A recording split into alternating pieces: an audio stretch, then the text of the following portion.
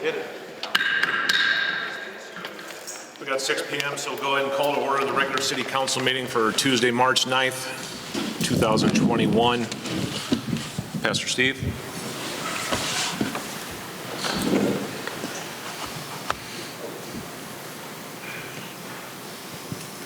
Let's bow together for a word of prayer. Our Heavenly Father, we come before you tonight, and Lord, we are divided over the issue of gambling, but we are united concerning our love for Geneseo and our desire to see this community succeed. And so, Lord, we come here in an attitude of humility, and Lord, it is our desire that we would express our ideas honestly, passionately. But Lord, it is also our desire that we would reflect your grace and your love in the way that we communicate. And so we commit this meeting to you. Lord, we thank you that our city leadership was willing to find for us a larger venue, an opportunity for us to sit comfortably, observe these proceedings, and an opportunity for us to come together as Geneseoans and share our hearts and minds. And so we commit this meeting to you, and I pray, Lord, for all of our aldermen, for all who are gathered here to do the business of Geneseo. And we pray, Lord, that we would not only do business, but that we would have a sharp eye on the future. For we pray in Jesus' name, amen. Amen. Amen. If we could all stand for the Pledge of Allegiance.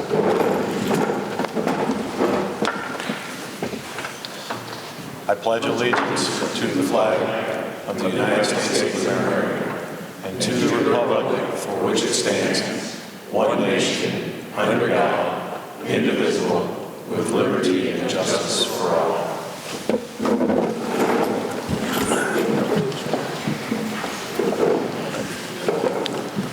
Brandon, roll call, please.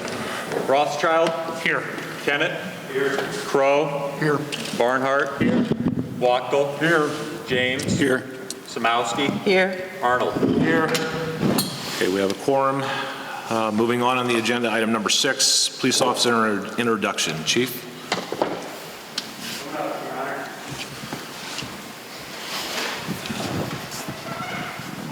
Thanks for letting us have this moment.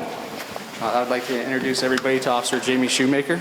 Jamie, she is a lateral transfer that comes to us from Rock Island County after serving 6 years there. Jamie has a 19-year-old son that she is very proud of. He also golfs for Blackhawk College. Jamie has a significant other who is also in the serving line of work, Jesse Montez.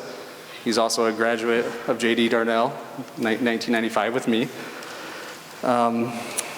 She has a personal training certificate and is certified in sports nutrition.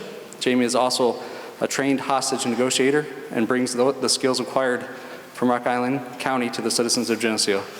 Jamie is excited to be working for the city of Geneseo and brings a servant's heart to the role and is looking forward to serve this community. So, Jamie, on behalf. You guys want to ask her any questions? I just wanted to briefly add on behalf of all the administration of the city of Geneseo and as a former member of the Geneseo Police Department, welcome not only to the department but also to the city. And we look forward to seeing you for many, many years. I think your experience is going to be invaluable to the city also. Looking forward to it. Yep. Our plan was to hire to retire, so. Okay, moving on the agenda, item number 7, Chamber of Commerce report. Zach?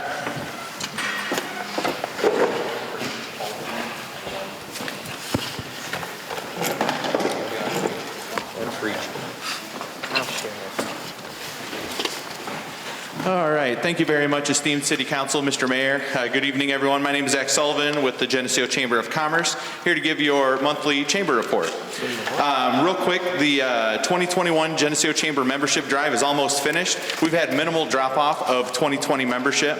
Currently, we have 181 members. We had 200 in 2020, and we're expecting to surpass that number in 2021.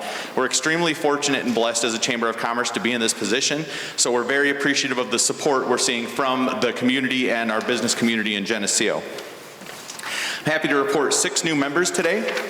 U.S. Cellular, which is going down in the Oakwood Avenue corridor in the strip mall next to Caffeine and Carbs and Great Revivalist Brew Lab. Geneseo Quick Lube, which is right there on Route 6, as well as Geneseo Super Wash, also on Route 6, but the other end of town. Made for More Apparel, which is a new women's athletic apparel store that's going to be located downtown. Los Ranchitos Mexican Restaurant, we're happy to have them back on board, as well as Love's Truck Stop in Atkinson. We really appreciate their support and Love's support of what's going on regionally. We've had a great response from businesses this year, and we're very fortunate to have that support. Here's a quick chamber update, is that right now in regards to ribbon cuttings, we have 21 on deck, 21 ribbon cuttings in 2021.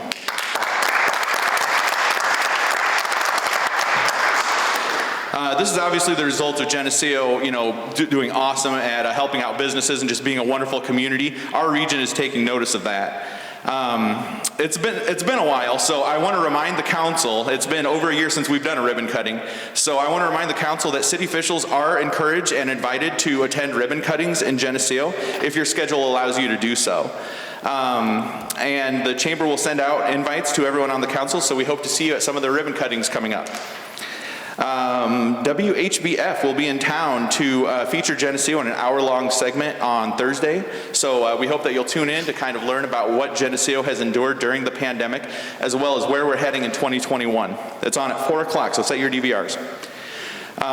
Planning for chamber events in 2021 is underway. The events will move forward using public health guidelines, and the Geneseo Chamber will continue to build upon our reputation of hosting safe, modified community events as we did towards the end of 2020. The Geneseo Chamber is a statewide leader in regards to event execution during the pandemic. Chamber awards are about to start. We're going to begin the process shortly, so watch out for nomination forms in the next chamber newsletter. And then what I shared with the council is in regards to the gaming issue tonight. It's a poll in which the Geneseo Chamber of Commerce recently polled businesses in Geneseo who could potentially host video gaming terminals in city limits. 15 businesses representing local breweries, bars, restaurants with bars, private membership organizations that serve alcohol, and convenience stores were all polled. The Geneseo Chamber's polling found that support outweighed opposition by a 13-2 margin, or 86.7% of Geneseo businesses polled by the Chamber supporting video gaming to be allowed in Geneseo, and 13.3% opposing video gaming allowed to be in Geneseo.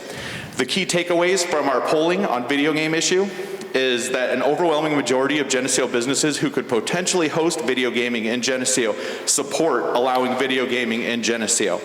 Support to allow gaming among Geneseo businesses who were polled and could potentially host the gaming machines, the support is not unanimous.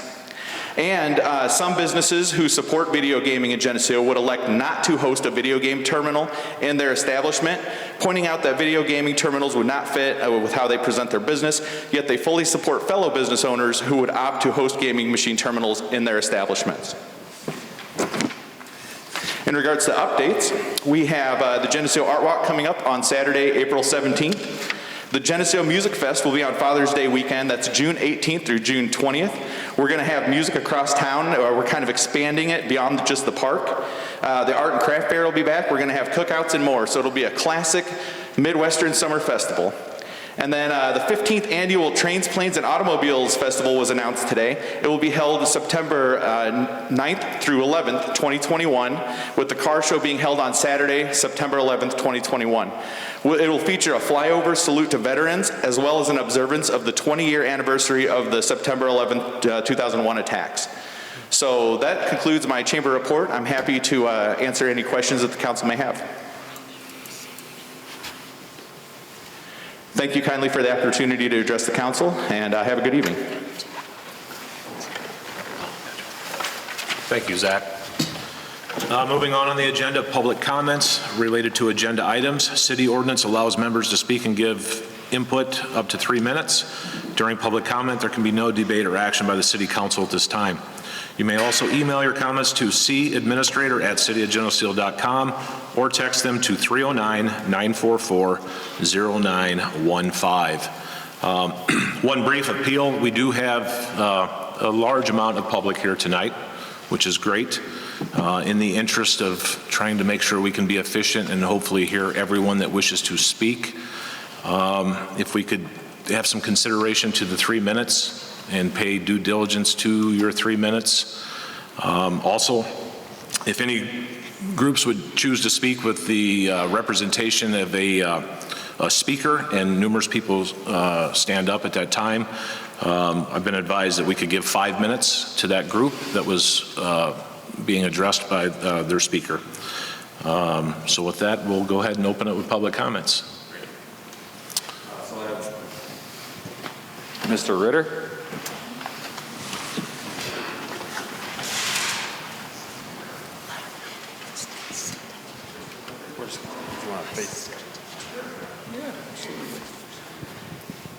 Thank you. My name is Chris Ritter. I'm the pastor of First United Methodist Church here in Geneseo. Thank you for the opportunity to address you. This is the third time I've had a chance to speak with you on the issue of video gambling in the city of Geneseo. You know, our pastors in Geneseo are diverse in a lot of ways, you know, Protestants, Catholics, and more progressive, more conservative. But this is something we all agree on, that video gambling would be detrimental to the city of Geneseo. I had a chance to walk my dog some of this beautiful weather and ran by a young couple that just sold their house in Geneseo, and they was sorry to hear they were moving to Iowa. And I talked to them about that. They said, well, we were torn. We love Geneseo, but we're not so crazy about the state of Illinois. And I think if we become more like the state around us, we lose something very, very special about our city. Illinois has more places to gamble than any state in the United States, including Nevada. And this has been a quick fix kind of thing that's been offered for our state. And we're well past the point of diminished returns. We're saturated with this. And what Geneseo has been over the last few years, kind of an island in the midst of a lot of insanity. And I think the best thing that we have as a community is our family atmosphere, it's a great place to raise a family, a great place to reflect our values. And there's a reason why gambling has a negative association. Of course, we all see the advertising and stuff in other communities that kind of looks seedy. But it's also, there's strong association with corruption and gambling. I have an NPR article in my hand, the state of Illinois seeking $5 million from the leading manufacturer of video gaming machines because of seedy dealings in the community. I'm happy to share a copy with anybody that wants it.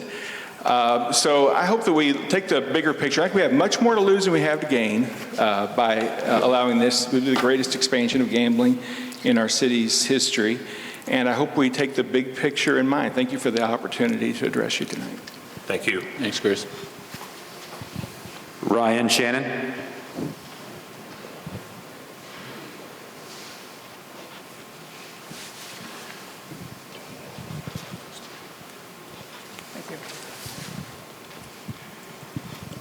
My name's Ryan Shannon, and I want to thank the council for the opportunity to address them and for the venue to speak publicly. I too am a pastor in this community, and as I stand before you all here tonight, I minister to people from every cross-section in our community. And I see their struggles, I see their hurts, I see their difficulties. And video gaming would simply add to the problems that people are already experiencing. They would not take away from them, they would not detract from them. And not only from a pastoral perspective, but as a longtime citizen of Geneseo, I don't see the benefit to video gaming in a monetary sense, an emotional sense, or a spiritual sense. Thank you. Karen Johnson. I can come to you, sorry.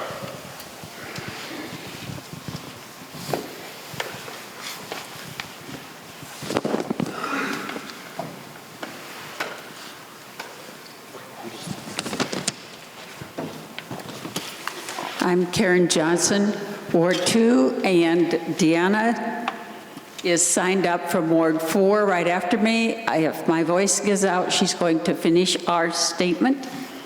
So, the gaming decision is not totally about money. It's not about legislating morality. This decision is about the type of town that we, the members of this community, want. This community has voted no twice previously on this issue of allowing gambling into this town, and yet here we are again. Only this time, you tried to sneak it in without being sure that the community was informed as to the choices being made. It's arrogant to think that we can make better decisions, that you as a council can, than members of your community. Once gambling interests get their foot in the door with a few video gambling machines, do you actually believe they will be content with the few machines in the bars? That would be naive to assume from my perspective. You say you did a survey of those who have an interest in gaming, yet you reported that you surveyed businesses. Where are the statistics from the community that you serve? Are you listening to your public? It's very disrespecting if their preferences are ignored. Let's talk numbers, since that is what I heard previously. You quote that one community made $900,000 from their video gambling. I believe that took 9 years and 177 machines, is my understanding. And at face value, those numbers sound good until you do your math. Let's use round numbers to keep it simple. If the city gets 5% of the profits and they made $900,000, that means the people of that community had to lose $18 million for the city to get $900,000. Of that $18 million, the city, of course, received their $900,000. The local businesses in that 9-year period received $5 million, and the state and gaming interests received $12 million. That was with 177 machines over 9 years. But the people lost $18 million. The whole concept seems inequitable to me. Where did those millions come from? Have you traveled to any neighboring towns to play their video gaming machines and shop while you're there, have dinner and a drink at the local bar? It's a pretty safe guess that most of it came from their local community. Could they afford it? The members of their community just handed over $12 million of their hard-earned money to the state and the owners of the gambling machines. You may not legislate morality, but you make a moral decision every time you vote. This is about what is right and what is fair to individuals living in the town. So don't say you don't legislate morality, it just isn't true. Let's break down those numbers and apply it to what you are proposing, and here's what we find. The city brings in only $560 per machine per year. Right, the first number I heard was 15 machines will make $8,400 for the city per year. Is that worth it? No, it's not. The money doesn't make sense. Is there something else about it that makes sense? I ask you to vote no, and those of us who support this that we're talking about, but vote no to this proposal. It has too many negative components and consequences for very little value received, and at this time is not supported by your community. Thank you for the opportunity. Deanna? Oh, sorry. Bill? I'll come. It's easier if I just come. My name is Bill Smith. I'm the president of Beck Oil Company.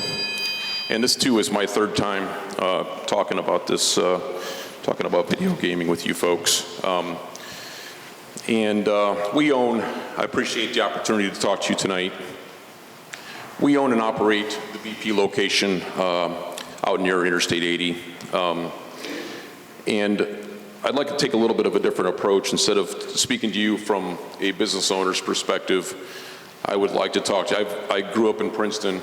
I live in Princeton currently.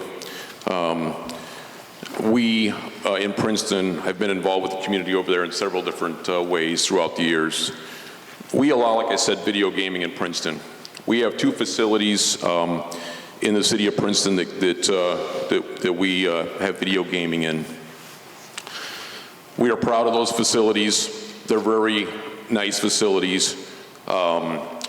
We have folks that come on a regular basis for entertainment purposes. They put $10, $15 in the machines, they play the machines. Sometimes they win, sometimes they lose. We don't view the video gaming as anything other than just entertainment. That's what it is entertainment.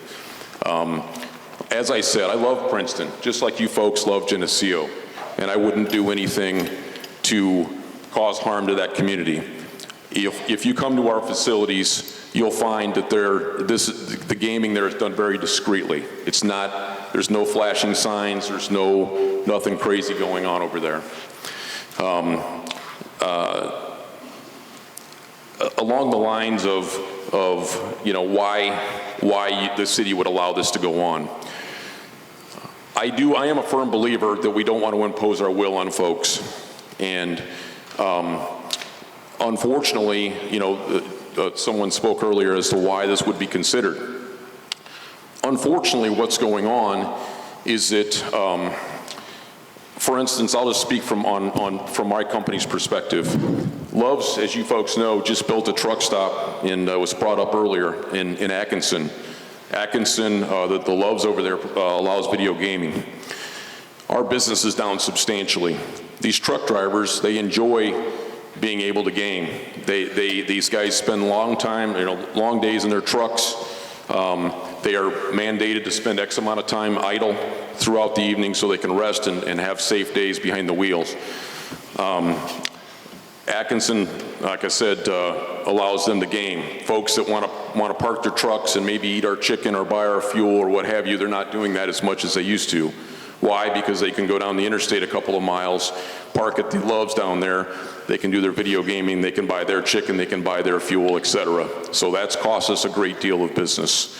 Also, as we worked on this before, the bar owners, and I've heard this several times, we have 16 other locations throughout the state. We have 2 other ones that we're building right now. And we've applied for gaming consideration at those communities and have been blessed to be able to do that. But as I've traveled around, I'll try to keep this quick, I'm sorry. A lot of folks are like, we'd like to go to Geneseo and grab a burger and a beer or what have you, and maybe one or the other of you would like to play video games. Well, they can't do it. They're not here. So what happens? They go to Atkinson, they go to Silvis, they go to Kewanee, they go to the boat, they go someplace. They're still going to do it. Unfortunately, Geneseo is just not benefiting from it. I just wanted to speak my heart on this. You might think that I'm just here for the money. That's not it. Whatsoever. We are surviving without it out there. However, we have interstate locations, we have neighborhood locations. They're all tastefully done, and I would be happy to entertain any questions anyone would have, as we've been doing this for years. So, thanks for the opportunity to speak to you. Thank you.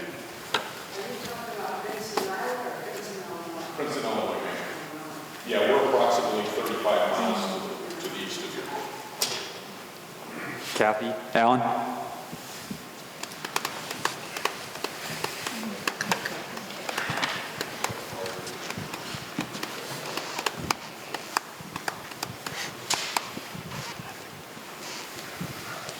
Well, you're going to find I agree with most of the people who spoke. My husband and I have chosen this community twice. But I'll tell you, you put this through, if we move again, it would not be within Geneseo. Doesn't matter. I'm one person. Well, we're 2. Okay? This is a wonderful community. Okay? In order to get $1,000 for the city, you have to vacuum out into gambling $100,000. Now, the city has built a track and field house with all private money, a library with mostly private money, a fancy pool, redone a park lately, and I'm sure that there will be other city things that the city wants to do and want private contributions. Well, if every year you suck out hundreds of thousands of dollars for gambling. Who's going to contribute? Who's going to have the money to give to those things? Let alone these. This hurts the poor people most, because it's the poor and those who are having financial distress who are more likely to put money into the machines because maybe they might get something back. Well, I will tell you, in gambling, the house always wins. I will tell you briefly my gambling history. My mother lived in Las Vegas, Nevada.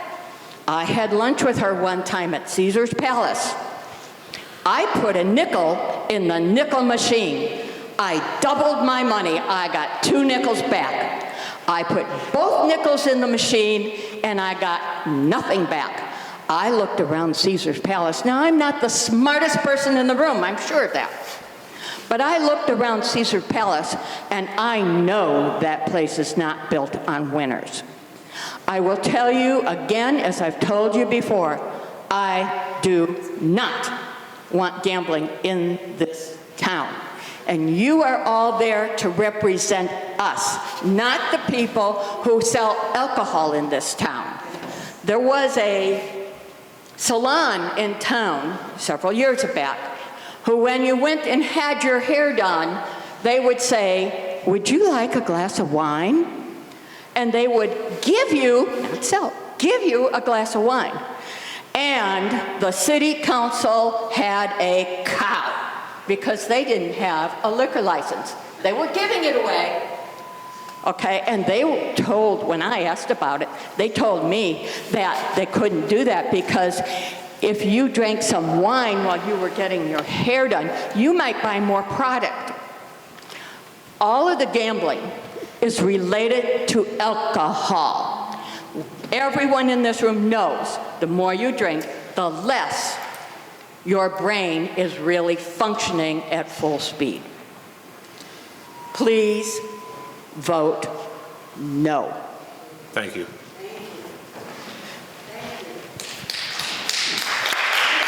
Gus Swanson.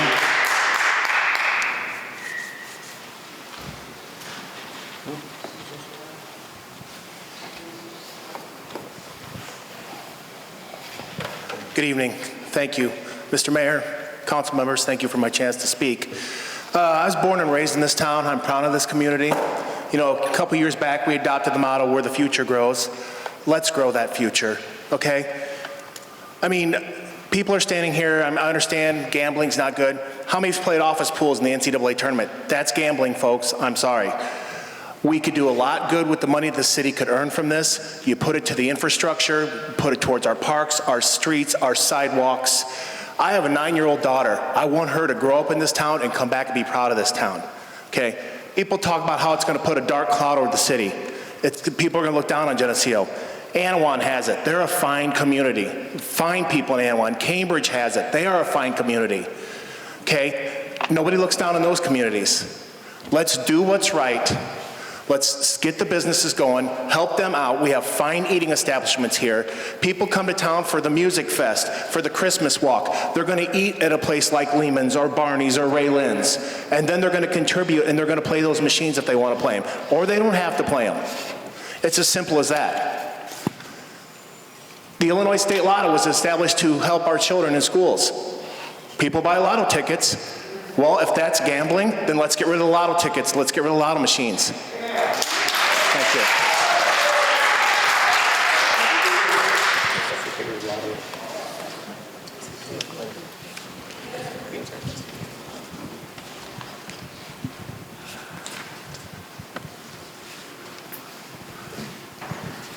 Dear Mayor Johnson and members of the City Council, I'm going to keep my comments brief tonight because there are many who have come to speak to you who you have not heard from before.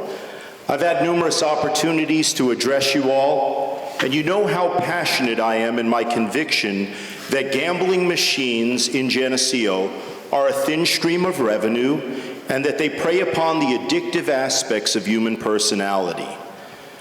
Gambling is a dry well, but for many it's also a steep fall into addiction and financial ruin. But I come to you with a narrowed purpose. I'd like to quote from my personal favorite president, Ronald Reagan. The great communicator once said, "Without God there is no virtue, because there's no prompting of the conscience. And without God, democracy will not and cannot long endure. If we ever forget that we are one nation under God, then we will be a nation gone under." God is the strongest and only perfect voice of conscience. However, throughout the pages of the Bible, we see that God chooses to work through imperfect vessels. And I know this full well because I and my pastoral colleagues, we are imperfect vessels. Your role as alderman is different from our role as pastors.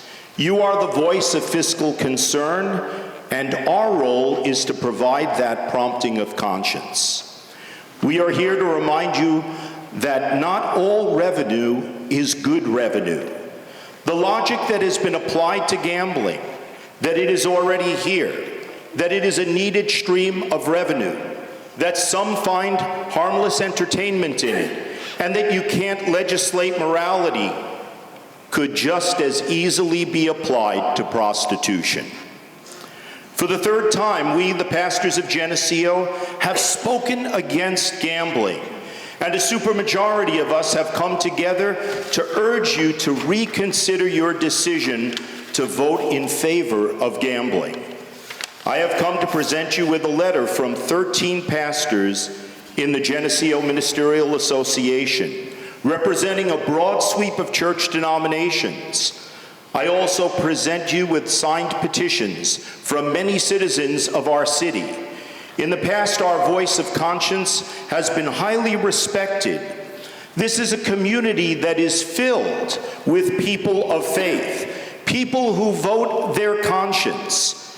And I sincerely hope that you will listen closely as we, the pastors of Geneseo, seek to awaken your conscience to the grave dangers of gambling. And as we seek to remind you, despite some of what you've heard tonight, that it's not a game.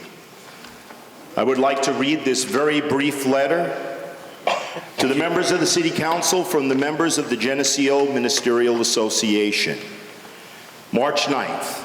The overwhelming majority of the members of the Geneseo Ministerial Association want you to know that we are united in support of maintaining a citywide ban on video gambling. The City Council has done well to keep a balance that is both business-friendly and family-friendly. To make gambling more prevalent in the community through video gaming will impact this balance negatively. Allowing video gambling in businesses in Geneseo is not consistent with the Vision 2000 proposal that was adopted by the City Council and updated in 2012. As congregational leaders, please consider our concerns at this meeting when video gambling is to be a topic of conversation and vote.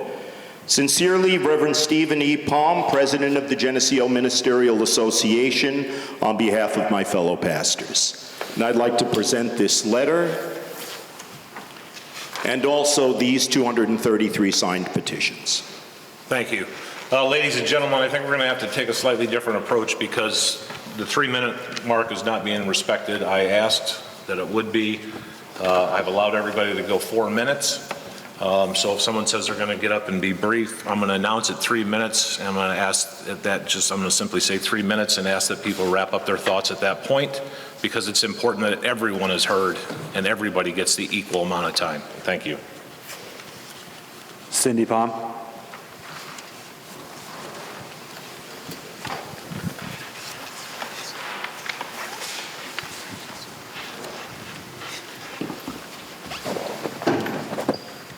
Good evening, Mayor Johnson and members of the council. My name is Cindy Palm, and I do live in Ward 4 of Geneseo.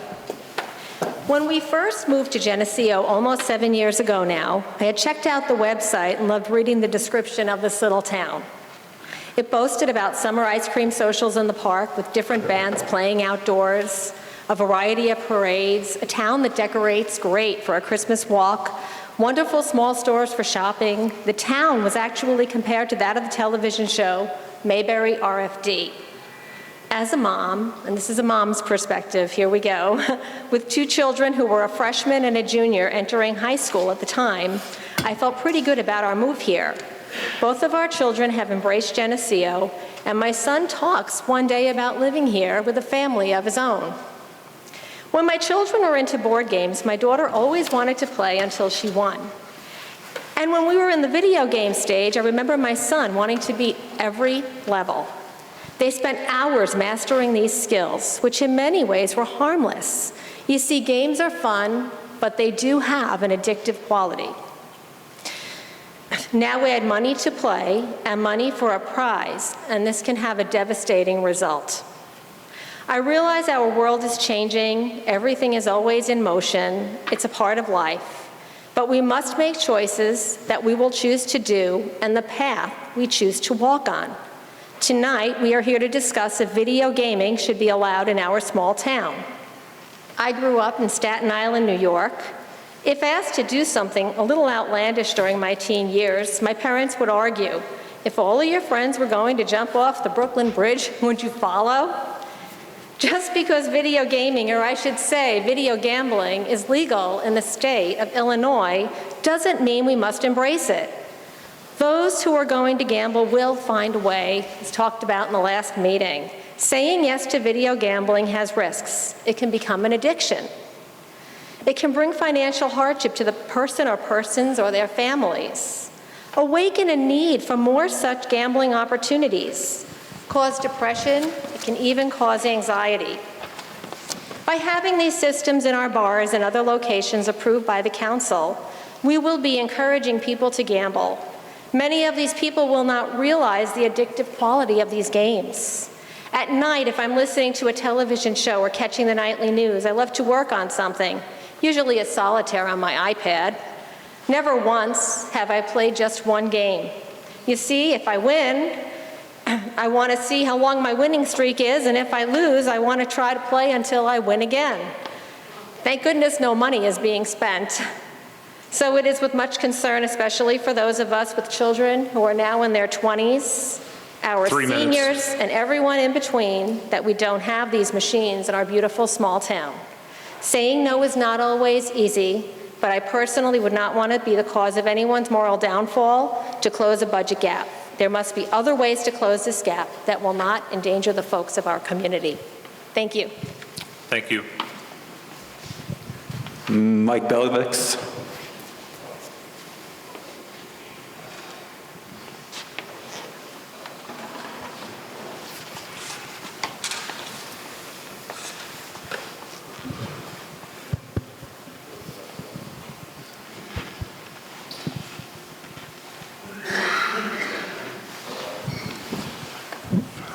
Mr. Mayor, honorable councilman, appreciate the opportunity to speak. One of the comments I always have is being an elected official is a thankless position. As a former alderman, mayor pro tem, we've been through a lot of conflicts, if you will. One big conflict was 1986. Of course, I was only 12 then. But there was a temperance league in town, anti-alcohol. And at that time, they didn't want to hand out any more liquor licenses or have the special single-day liquor license that we enjoy today for the various functions, from churches to events. City has them up at the park because they thought it was going to proliferate more alcohol consumption. Well, there's a lot of people in this town that do not need any more help, okay? They do plenty on their own. But I'm not here to talk about morality. We're talking about the freedom of a person to do what they want to. We don't have it in Geneseo. It was put into law, 9 years ago? I think it's so insignificant that it could be positive for the city of Geneseo. I don't think it's going to do any harm to anybody. I don't think you're going to have the massive construction of gaming facilities. And I think whatever revenue we're losing now are being lost to neighboring communities, Quad Cities, and various other venues. So with that, I would say that hopefully you'll follow the needs of the city of Geneseo. It's not all finance. But with that said, I would say vote your conscience, but I would say that it would be positive to vote for gaming within the city of Geneseo, and for the future judgment to be ruled upon that, we have to look at the big picture. We can't look at today and tomorrow. So with that, thank you for the opportunity to put my opinion out here as a businessman and a former alderman. Thank you very much. Thank you. Chris Lehman. I always wanted to add, appreciate Mike, Mr. Beck, Mr. Swanson, Sean, for the support. All right, Chris Lehman here, Lehman's Bar and Grill. Like I said, I'm not going to take a lot of time. I appreciate Mr. Belvix, Mr. Beck, Mr. Swanson showing up and showing some support. We are losing money to other communities. I've had people come from the campground out north of town. They'll come in, they'll grab a beer, they'll look around and go, hey, where's the machines? So, they got to go somewhere else. That's all I got. I want to appreciate the council bringing this subject up and ruling on it. Thank you. Thank you.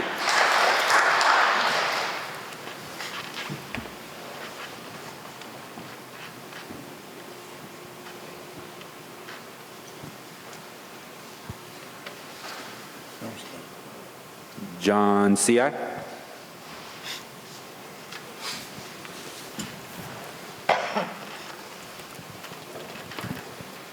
Good evening.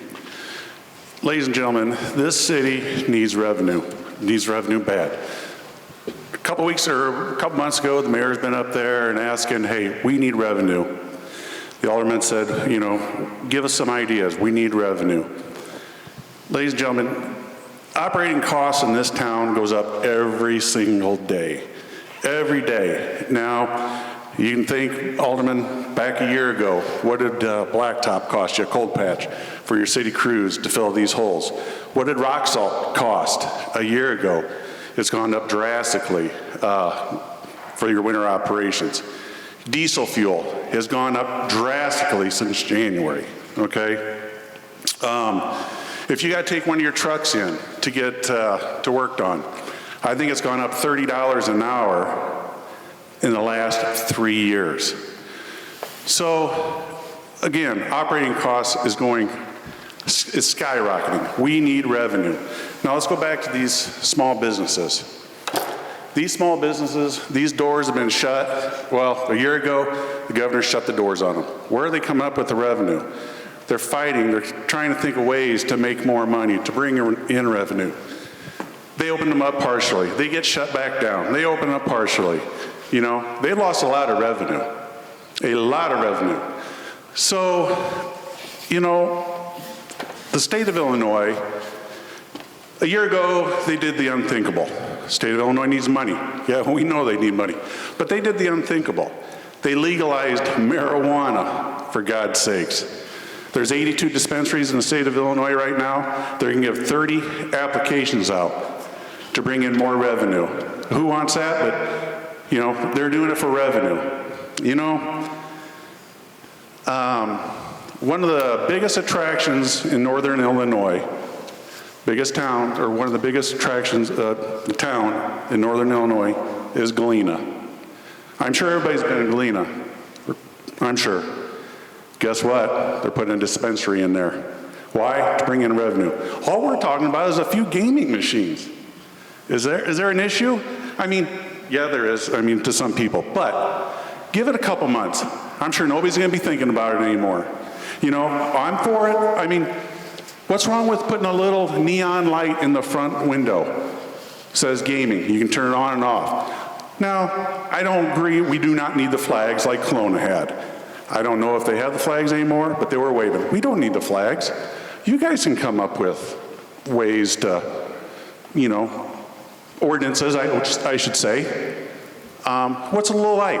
Help these businesses out. We need revenue. Okay? So I guess that's all I've got to say is please support our small businesses, and please help out our town. Thanks. Thank you.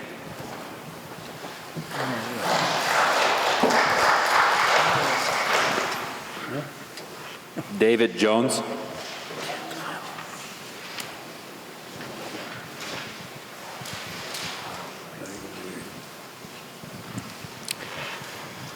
Hello, my name is David Jones, and I'm a near lifetime member of Geneseo area. Thank you for your opportunity to address the council. I know this council is very supportive of Geneseo business. You probably are already aware of the common economic factor in local purchasing power, how 68 cents of every dollar spent in a local merchant stays in that community.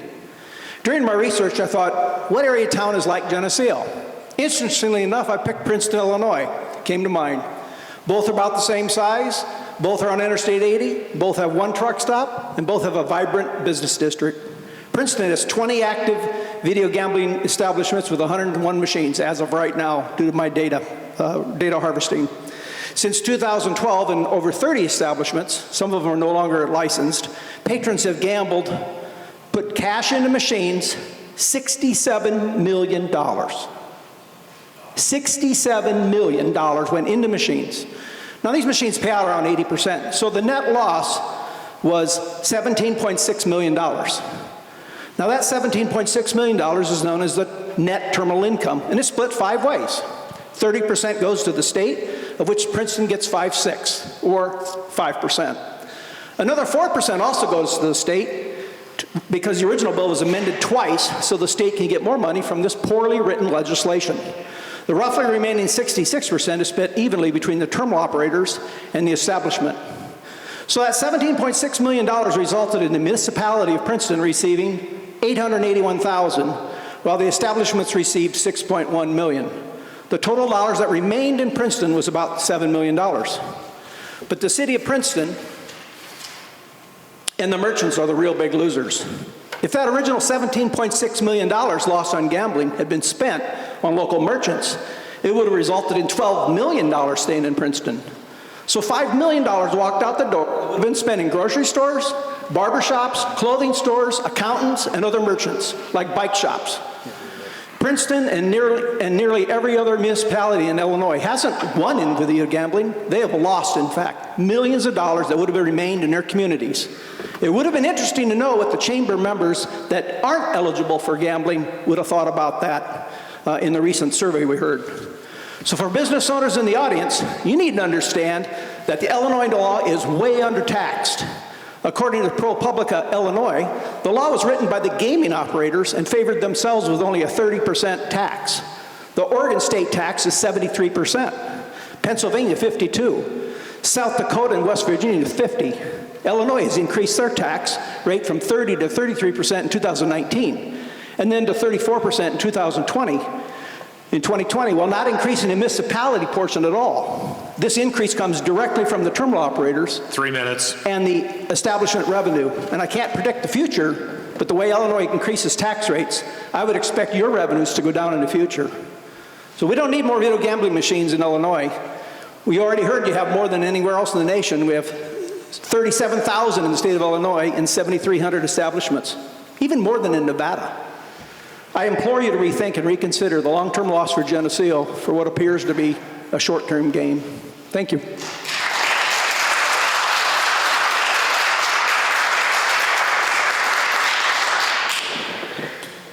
Thank you for the opportunity to speak. My name's Deborah Jones. I come to you as a wife and a mom, a grandmother of 14, and 11 of those called Geneseo home. And so the perspective of a grandmother and the effect that this will have on the community that my grandchildren are going to grow up is very, very important. And I wonder how many of you, councilmen and Mr. Mayor, if you have spent time researching the effects that video gambling has on a community. I believe if you do your homework, you're going to find out that the effects on a community are not favorable in any way, not economically and not socially. Studies show that no game is more addictive than video gambling. It's called the crack cocaine of gambling. It comes with a myriad of social costs: addiction, bankruptcy, crime, domestic violence, child neglect and abuse. And we would say that's not going to happen in Geneseo, but it does because people become addicted. In South Carolina, the costs were 7 times the amount of the revenue. Nearly 1 new problem gambler is added for each video gambling machine in a community, and the average cost to a society is $13,586 for each pathological gambler. Residents will have to lose $3 million every year for the city to get $150,000, and I don't think that it's worth it. I think that you would personally say that's not worth it. Video gambling impacts the entire community, whether you gamble or not. It's across the board. Virtually all pathological gamblers commit crimes, according to the U.S. International Gambling Report. Our state continues to bleed residents, and people are leaving Illinois at an unprecedented rate. If we say we need to evolve to be like other communities, I'd like to challenge that mindset. By evolving, we become like the other communities, and we'll end up being one of the statistics represented in these 8 pages of crimes in Illinois that are attributed specifically to video gambling. And it's not just in the large communities, it's not just Chicago and Rockford, it's Moline and smaller communities that are similar to Geneseo. Geneseo talks about evolving, but I think that we should be proud to be the one community that stands out. Geneseo has always taken pride in being different. That's always been what draws people here. So let's not jeopardize that and become like everyone else. Let's be proud to be different and remain an oasis in a state that's driving its citizens away. I applaud what Mr. Johnson told us about 21 new businesses coming, and I would hope that's where our revenue would come from rather than gambling. Thank you.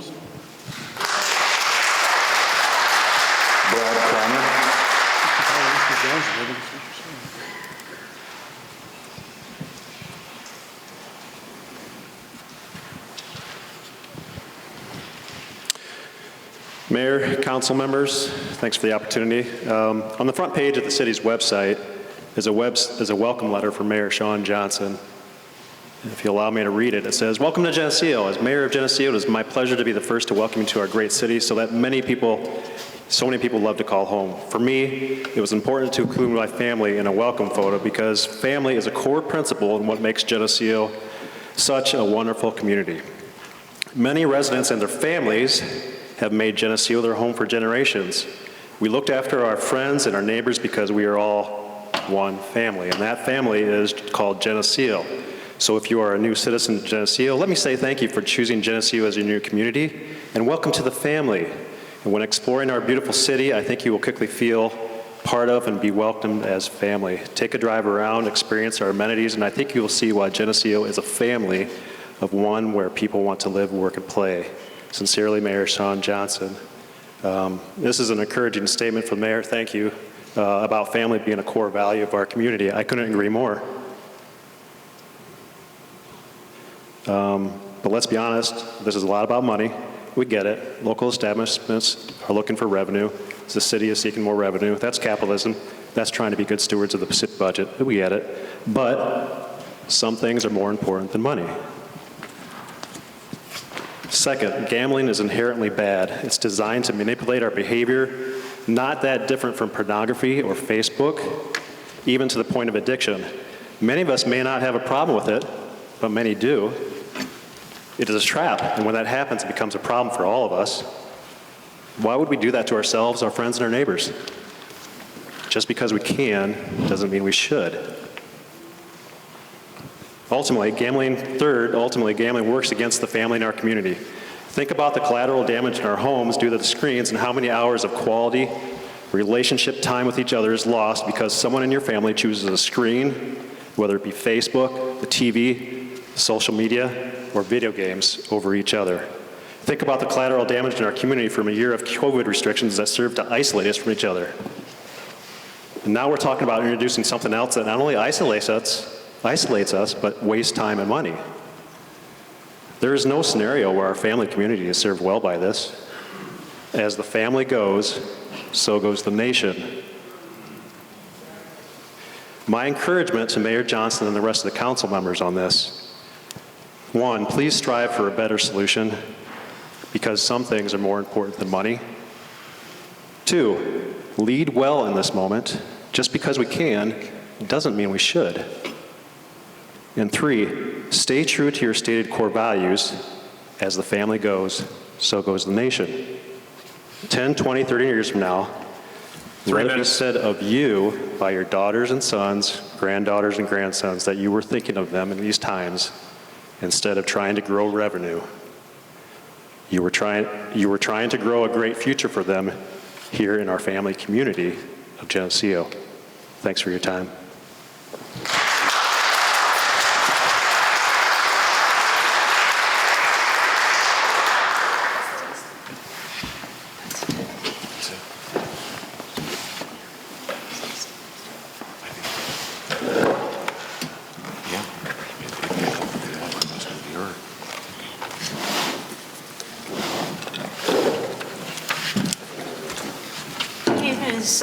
Joanne Hollenkamp, and I'm the city administrator.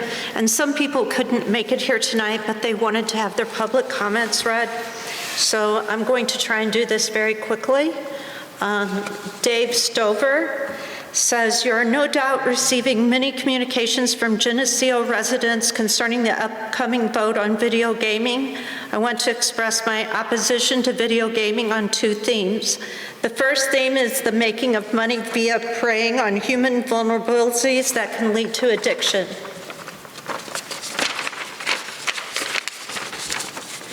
Gambling addiction doesn't have the observable impairments that drugs and alcohols have. It is a stealth addiction.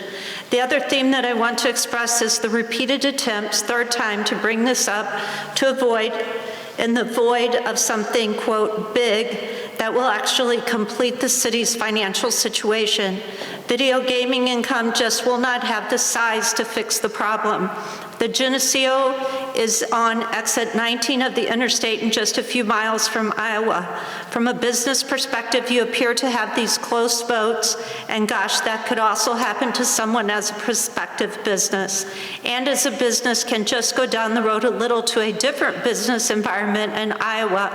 From this theme, you need to look and talk like you are in the, quote, big game. Please wrap this up and get back to something with the size to fix the problem.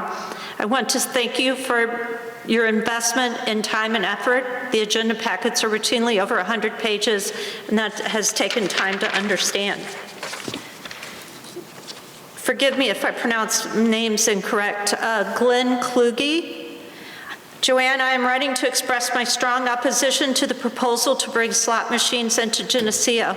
We have no need for slot machine gambling in Geneseo. I am shocked that this is being considered yet again. Are we that desperate for income? Are we so hungry for a few extra $1,000 to roll into the city coffers that we're willing to become harlots? Is this what we want our kids to see when they walk or ride through town? I demand that the City Council serve their constituents. I demand that slot machines are not allowed in Geneseo. I demand that this issue is put to rest for good. Mr. and Mrs. Harold Graddert, as citizens and taxpayers of Geneseo, Illinois, we wish for the council members and the mayor to hear our opposition to the proposal of video gaming and gambling in Geneseo. If this proposal would be approved, it would undermine the core values that the founders of Geneseo envisioned for our community, and our heritage of a wholesome environment would certainly be compromised. Aaron Pelton. My name is Erin Pelton, and I live by Milliken Elementary School. I have these thoughts regarding video gaming coming to Geneseo. Money spent on video gaming is finite money that can only be spent once. In a nearby city, Galesburg, the second spend after groceries in the entire city is gaming. This may not include car purchases. The second leading spend is not spent at other businesses in the city by these residents. So question may be, so what? I am free to do what I wish. It's my money, leave me alone. and that is where I have the personal comment below. I started investing in 2010 in mutual fund savings as much as in IRAs, etc. In the process, with some of the earnings, I've bought 3 houses, paying off each one, and then buying the next one until finally we moved right into Geneseo from Wolf Road and paid off this home in 2017. This was such a great hobby. I thought, this works, I have a skill, so I started buying stocks. Broke even for 2 years, no harm, no foul, it's just earnings. I thought if I could ever quit work, I could live on such a practice if paid attention during market hours. I had considered quitting my job. Luckily, my wife said no. Last January, I read about COVID in China and put my funds in an inverse index funds. Pandemic came to the US. They doubled in value. Fed made changes, back to even in a week. I started working from home. We thought of a bathroom remodel. I pulled $25,000 from 401k as a loan. We got quotes and waited. In the meantime, I started buying call options, minus $4,000, could not stop trying to get back. Then all $25,000 was gone. No bathroom remodel. This January, I did not realize for all my losses in 2020, only could deduct $3,000 from taxes, so I had a large tax bill. By this time, cash flow is tight, so home equity line of credit. Now I'm thinking of investing part of that line of credit. I tell myself the key is to sell calls and puts. Always some new technique that will work if I try this one last time, right? To me, now this looks like an addiction and getting out of control. Friends say I'm gambling. I say I'm trading stocks with earnings. Well, that's not true anymore, and it does not matter what I call it. It's hurting me and my family. So video gaming. Are there folks from here already doing this in other cities? Probably. But what about folks like me who have not yet started and now try something new, come back and try, and 3 or 4 years later have an addiction like mine? Can we help them now by not bringing this within walking distance or a 3-minute car ride? This is one of the questions to answer while making this decision. David McIntyre. We're in Arizona and cannot be at the meeting request that you read this to the council. Couple spins of the wheel may seem like an innocent little fun thing to do, but to some the allure of a quick buck is a dream they cannot walk away from. Geneseo is a proud city and supports our people when need arises, and today we believe need has once again rose to that level. Therefore, I ask each council member to stand firmly until this issue, not on our watch, will we allow this to happen in our city. Rita Ford. Please do not encourage gambling in Geneseo. The far-reaching negative effect on families reaches generations to come. Thank you, and I feel you would do the right thing. Kevin Diskra. We were very disappointed when we learned that video gambling was approved at last week's Committee of the Whole meeting and will go forward for a vote at the City Council meeting on March 9th. We don't believe that this was the right decision for Geneseo. It's not the proper image that we want to project for our city, that of a wholesome and family-friendly community. That is an excellent place to raise a family. That is what Geneseo has always prided itself for, and is the very reason we choose Geneseo as our home 27 years ago when moving due to a job transfer. We believe that there will be many unintended and negative social consequences if this gets final approval. The allure of gambling preys on those least likely to be able to afford it. The main proponents of video gaming is that people are going to other towns to gamble and our local businesses are losing money. Why not let them eat, drink, and gamble here? We concede that some people are probably going outside of town to gamble. However, the negative addiction, personal finance problems, etc., far outweigh any positive dollars. These negatives can develop into even larger issues like broken marriages and depression. Some people, we can't stop people from going elsewhere if they want to gamble, but we don't need to make it easy for those who don't by putting the temptation right in front of them when they visit their favorite local establishment when all they want is a drink and a burger. Has anyone thought that maybe some people may stop going to local businesses if they have video gaming? We respectfully ask that those of you who voted in favor of video gambling last week would reconsider and change your vote. We thank those who voted against it and hope your opposition will continue at next week's meeting. This one is really long, so I'm going to paraphrase because I'll be here probably 10 minutes. It's from Tony Hawkins. He says, first, thank you for serving our community on City Council. Especially, I appreciate the board can debate, disagree, and yet make thoughtful decisions like the issue you face now. I hope Geneseo continues to be a model of leadership for other cities. Video gambling. Although this issue has come to council before, I wonder if the pandemic has provided a greater sense of urgency to some of the businesses. Perhaps like the state of Illinois, which seeks to increase its revenues through a variety of gambling games. But how is that really going? And is Geneseo wise to follow that pattern? Yes, increased gambling may help in the short run, but what about the long term? Video gaming has a 10 or 11-year history. This provides enough data to get a sense of how this is affecting our state. Is it a good bet?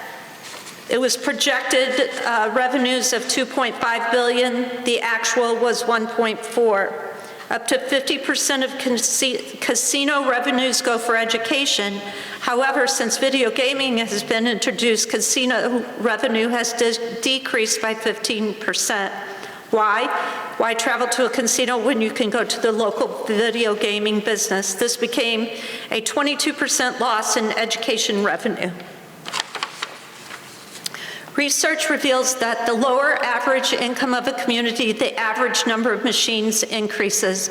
Increase in gambling opportunities increases addictions. Illinois has decreased funding to assist people with gambling problems. Problem gamblers bring instability to family and community, other addictions such as finance, marriages, etc. High school students show twice the addiction rate as the general public.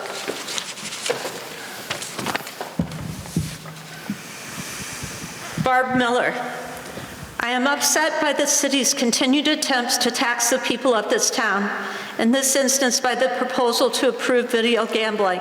For indeed, approving video gaming is just another tax, I'll bet, an indirect tax on our citizens, and is one that affects the young and the poor members of our society disproportionately higher than others. Further, it is just another anti-family move that does not support the values most of us hold dear and will disparage the reputation of this town. And if I understand correctly, if approved, video gambling can never be removed. If this is the case, the city needs to think very carefully about the approval of video gaming, especially in the light of the Senate's passage this past weekend of the $1.9 trillion stimulus package. Contained within that package is money that local Illinois governments will be receiving to avoid dramatic budget cuts. It is estimated that $3.2 billion in state and local funding will be made available for Illinois.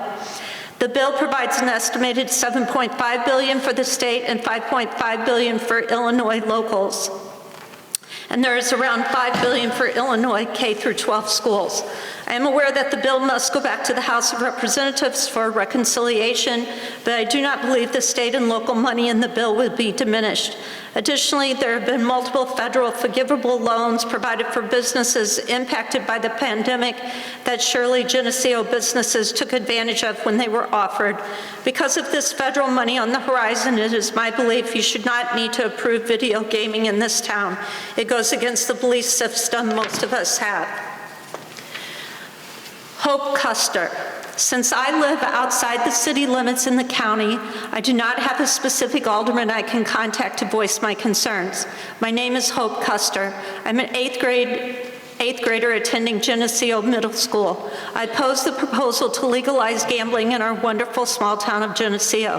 Having legalized gambling wouldn't be an unnecessary blow to the respectable reputation we have of Geneseo being a safe, family-friendly small town. Do you really want to jeopardize the good reputation of this wonderful, unique place that we and you have worked so hard to keep? Gambling will ruin our family-friendly environment. When a person gambles, they experience stress, which adds tension to the family environment with irritable behavior, secrecy, and arguments. Calls from creditors and bill collectors erode relationships. Financial strains impact all family members, and strained relationships make the experience difficult for even extended family members, friends, and colleagues. She's citing Skyward Recovery. The effect of legalized gambling will have negative effects on our community, both financially and relationally. Studies have shown that billions of dollars are lost each year to gambling addictions. This problem is far-reaching and could cause individuals to panic and act in ways they would not normally behave. Gambling addictions also place a severe hardship on prison systems, public assistance programs, and legal systems. There are many consequences of gambling addictions that result in community economic cost. Some community-wide gambling addiction dangers include increased rates of unemployment, bankruptcy, fraud, check forgery, forced home sales, increased alcohol and drug abuse, and poor mental and physical health of individuals and families. With gambling easily accessible, it will affect our community overall. Gambling adds to the day-by-day stress of people's lives, and stress without being properly managed can affect both the gambler and the lives of everyone around them. This could raise tensions in the entire community, making it a place to be anxious about instead of feeling safe and secure as we are now. Gambling is not just about tax revenue. There are negative consequences you cannot pretend do not exist or are offset by the lure of, quote, easy dollar. This is our chance and your chance as a council to make the smart move and stop this gambling proposal before it does serious damage to our wonderful, respectable, family-friendly community in Geneseo. Judy Lewinsky.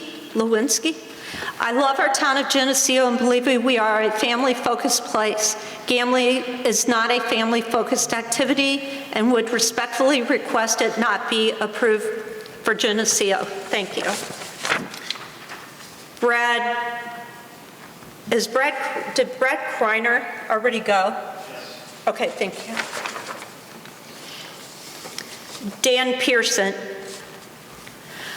Hi folks, thanks for your leadership in our great community. I kept hesitating but feel prompted to express some thoughts from a person who is truly a product of the Geneseo community in so many ways. Losing my dad to cancer at age 9 certainly was a game changer for me. Dad was an amazing community guy, but so were his countless friends who served in Geneseo through his former business, sports, church, and just the routine life in Geneseo. I am thankful. Those great men and women intentionally poured into me with character and encouragement. I believe they moved me along life's path to become something I never thought would happen, having a 29-year career in sports broadcasting and currently serving full-time in the FCA ministry. Without them, I'm not sure where I would be. One of my favorite proverbs states, "There is a way that seems right to a man, but in the end, it leads to death." I think it can mean death in the literal sense, but also the death blessings, the death of true success, integrity, serving, and enriching, fulfilling life. My son-in-law played on Bradley University's greatest soccer team, advancing to the NCAA Division I Elite Eight, defeating major powers along the way. But days before the season began, there was a tragedy, the death of a player. A handful of players didn't realize that, quote, "There's a way that seems right to man, but in the end leads to death."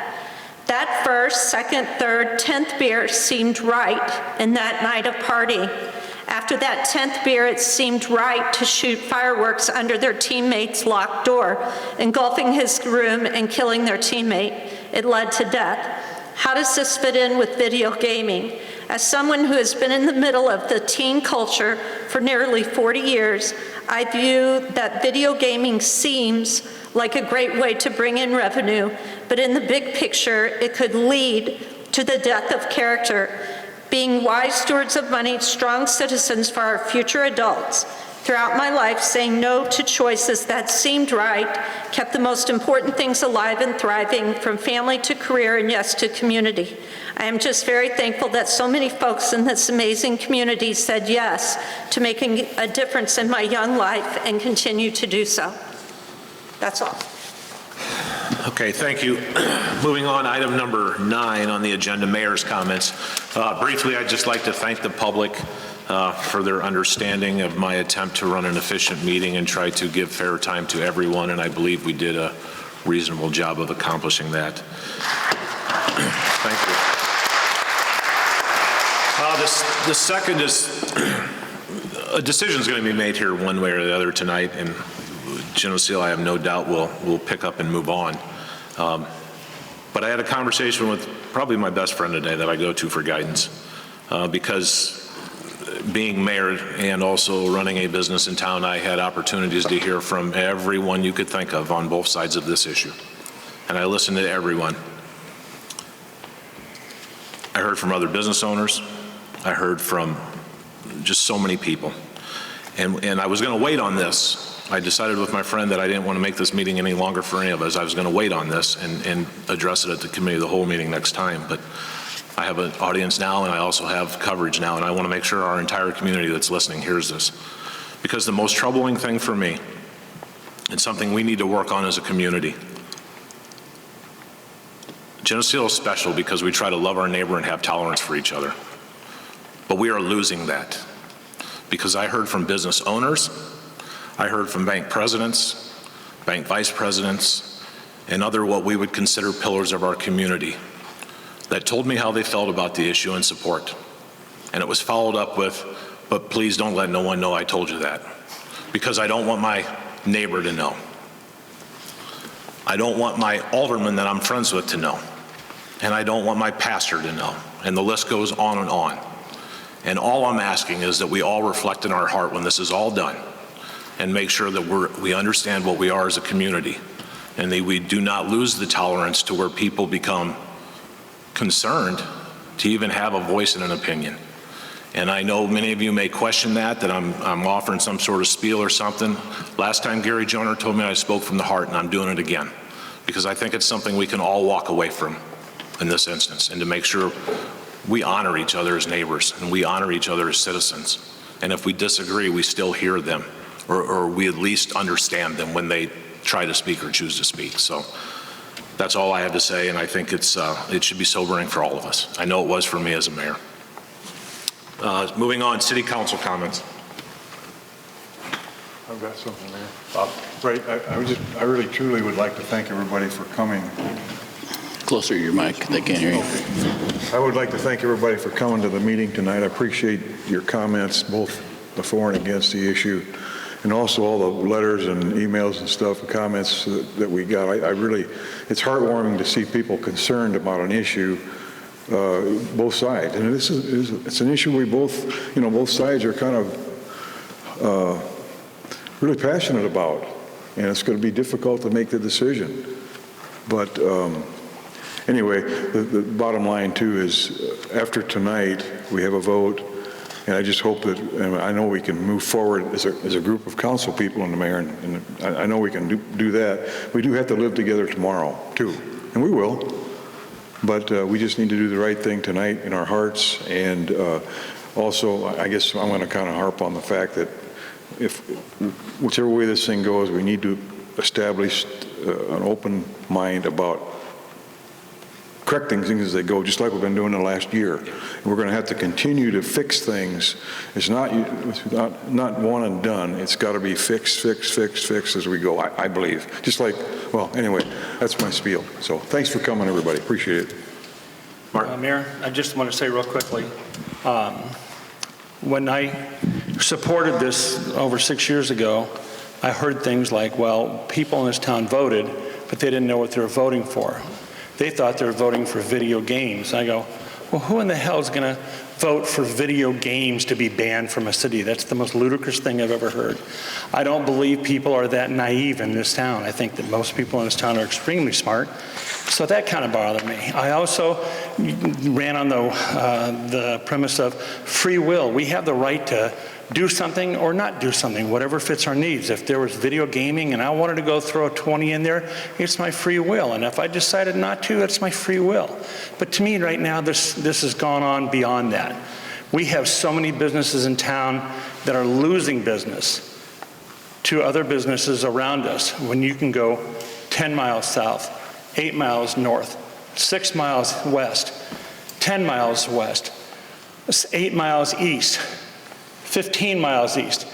And our people in this town, instead of spending money and supporting the businesses in town, are, not all of them, but are leaving because they don't have video gaming in town. And they want to play. They want to have fun. I remember when the casinos, the riverboats first opened up. Good God, you had to fight to get on these things, and it was a lot of fun. People had a ball. Why? Because it was recreation. Now, did people go in there and lose their house? I don't know.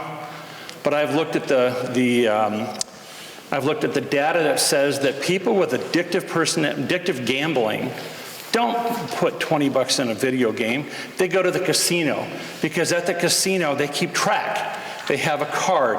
They know how much they put in, and if they were to, for example, if they won $2,000, they can offset that by what they lost, and they have that record of it.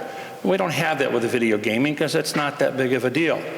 So these are things that make me go, I want to keep business in town. I want to support people in town. The last thing I want to do is have a sign as people leave this town and go, did you buy everything for your family here in Geneseo? Did you support Geneseo by buying everything? Your car, your refrigerator, your TV, your clothing? I mean, that's kind of silly. But that's kind of what we're sitting back going, I don't want to see business leave this town because somebody can drive 8 miles and have fun. They can eat, they can drink, they can throw a $1 bill or a $20 bill in a gaming machine. I think to me, that's the bad part. I was talking with Pastor Palm, who I have the utmost respect for. I said, alcohol destroys more families than video gaming. Yet guess where we find alcohol? At every single gas station, at the Walgreens, at Walmart, at the grocery store. It's there. Now, when you walk into a grocery store and go, I'm not going to shop here because they sell beer, or I'm not going to gas my car up because they sell beer, is that not kind of ludicrous? Of course you're going to go in there and get your gas, and you're going to get your groceries. I will. I don't think people driving by this town are going to go, oh my God, that's Geneseo. They have video gaming. It doesn't work that way. When we also have an overpreponderance of our business owners supporting this, that tells me something. This is a capitalistic society. The business is there to make money. That's all there is. They're there to make money. And they're losing business to people out on Wolf Road. And if you go to the place on Wolf Road, and I see it busy there all the time, I will bet you 80 to 90% of those people are from Geneseo. But they're out there having a good time. And how many people have walked into our bars or our places that could have video gaming and were turned away because they said, what do you mean you don't have any video gaming? And they left. So they didn't spend their money on a drink, they didn't spend their money on a food, and they didn't spend their money in the video games because we didn't have video games. We have to move forward. We have to be progressive. We have to understand that we are tasked with finding ways to make money. And I realize that there's not a lot going back to the city from the video gaming, but it's the businesses that we retain. It's the business that retains their people. That's what I am passionate about, and that's why I'm supporting this. And I'm going to shut up because I went way past 3 minutes. But thank you very much. Thank you, Mark. Any other members of council? I would like to speak. I'm looking at the chamber report, which was well done, and it said businesses supporting video gaming in Geneseo would elect not to host video game terminals in their establishments. Okay? And along with that, we're talking, I went to the Illinois Gaming Commission so I would have an idea of what I was talking about. And Atkinson, for instance, $6.2 million brought in 26,000. Okay? Kewanee, $240 million brought in $900,000 over 9 years after 170 terminals. You have to have a massive amount of terminals. I'm not going to make any bones about it. I'm not for this. I think the negatives outweigh the positives. And in retrospect, looking and listening to the people here, I would have to say probably 90% of the people out there are not for this. And if we're listening to the constituents that voted us in, then I don't see how this is a viable option.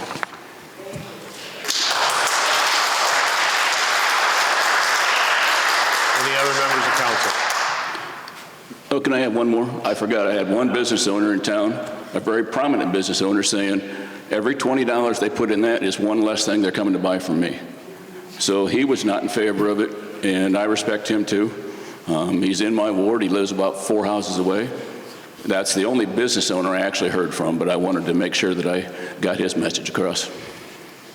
Mayor, will we have a chance to say something before we vote on the gambling? I would certainly hope so. Okay, so we don't have to This share group it has right never now. been short of discussion, and I don't foresee that Got being it. short tonight. Just wanted to make sure. Comment should have been made with the video gaming part, not up front, but it's all right. It's all Got good. it. Okay, we're good. City administrator comments.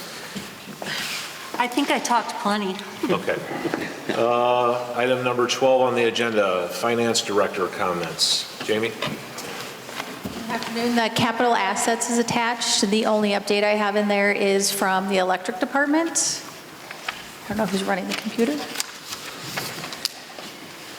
You'll see more updates as they come to you for approval via the COW and then approved at the council. The next report attached is the treasurer's report. We're looking pretty good. You'll notice that we're on par with the general fund as far as where I expected us to be. Again, we did have to pay the police pension out as well as our bond, so those revenues did decrease. But in the water, sewer, electric, you'll notice that they are steadily going up. If anybody has any questions on the treasurer's report, I will entertain that. And then lastly is the budget report. We're only 2 months in, so I'm not really concerned about anything on here. Everything seems to be looking fairly reasonable. If anybody has any questions, though, I am willing to answer any questions on the budget book. I'll make a motion to approve the capital assets report, treasurer's report, and budget book reports as submitted. Second. Motion by Barnhart, second by Arnold. Roll call. Kennett? Yes. Crow? Yes. Barnhart? Yes. Wachtel? Yes. James? Yes. Samowski? Yes. Arnold? Yes. Rothschild? Yes. Okay, motion carries. Moving on the agenda, item number 13, unfinished business. Any items requested to be removed from the consent agenda?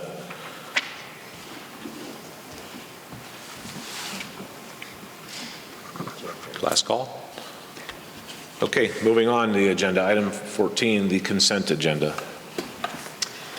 14.1, approval of previous city council minutes, February 9th, approval of previous minutes, committee of the whole. This is item 14.2, February 23rd.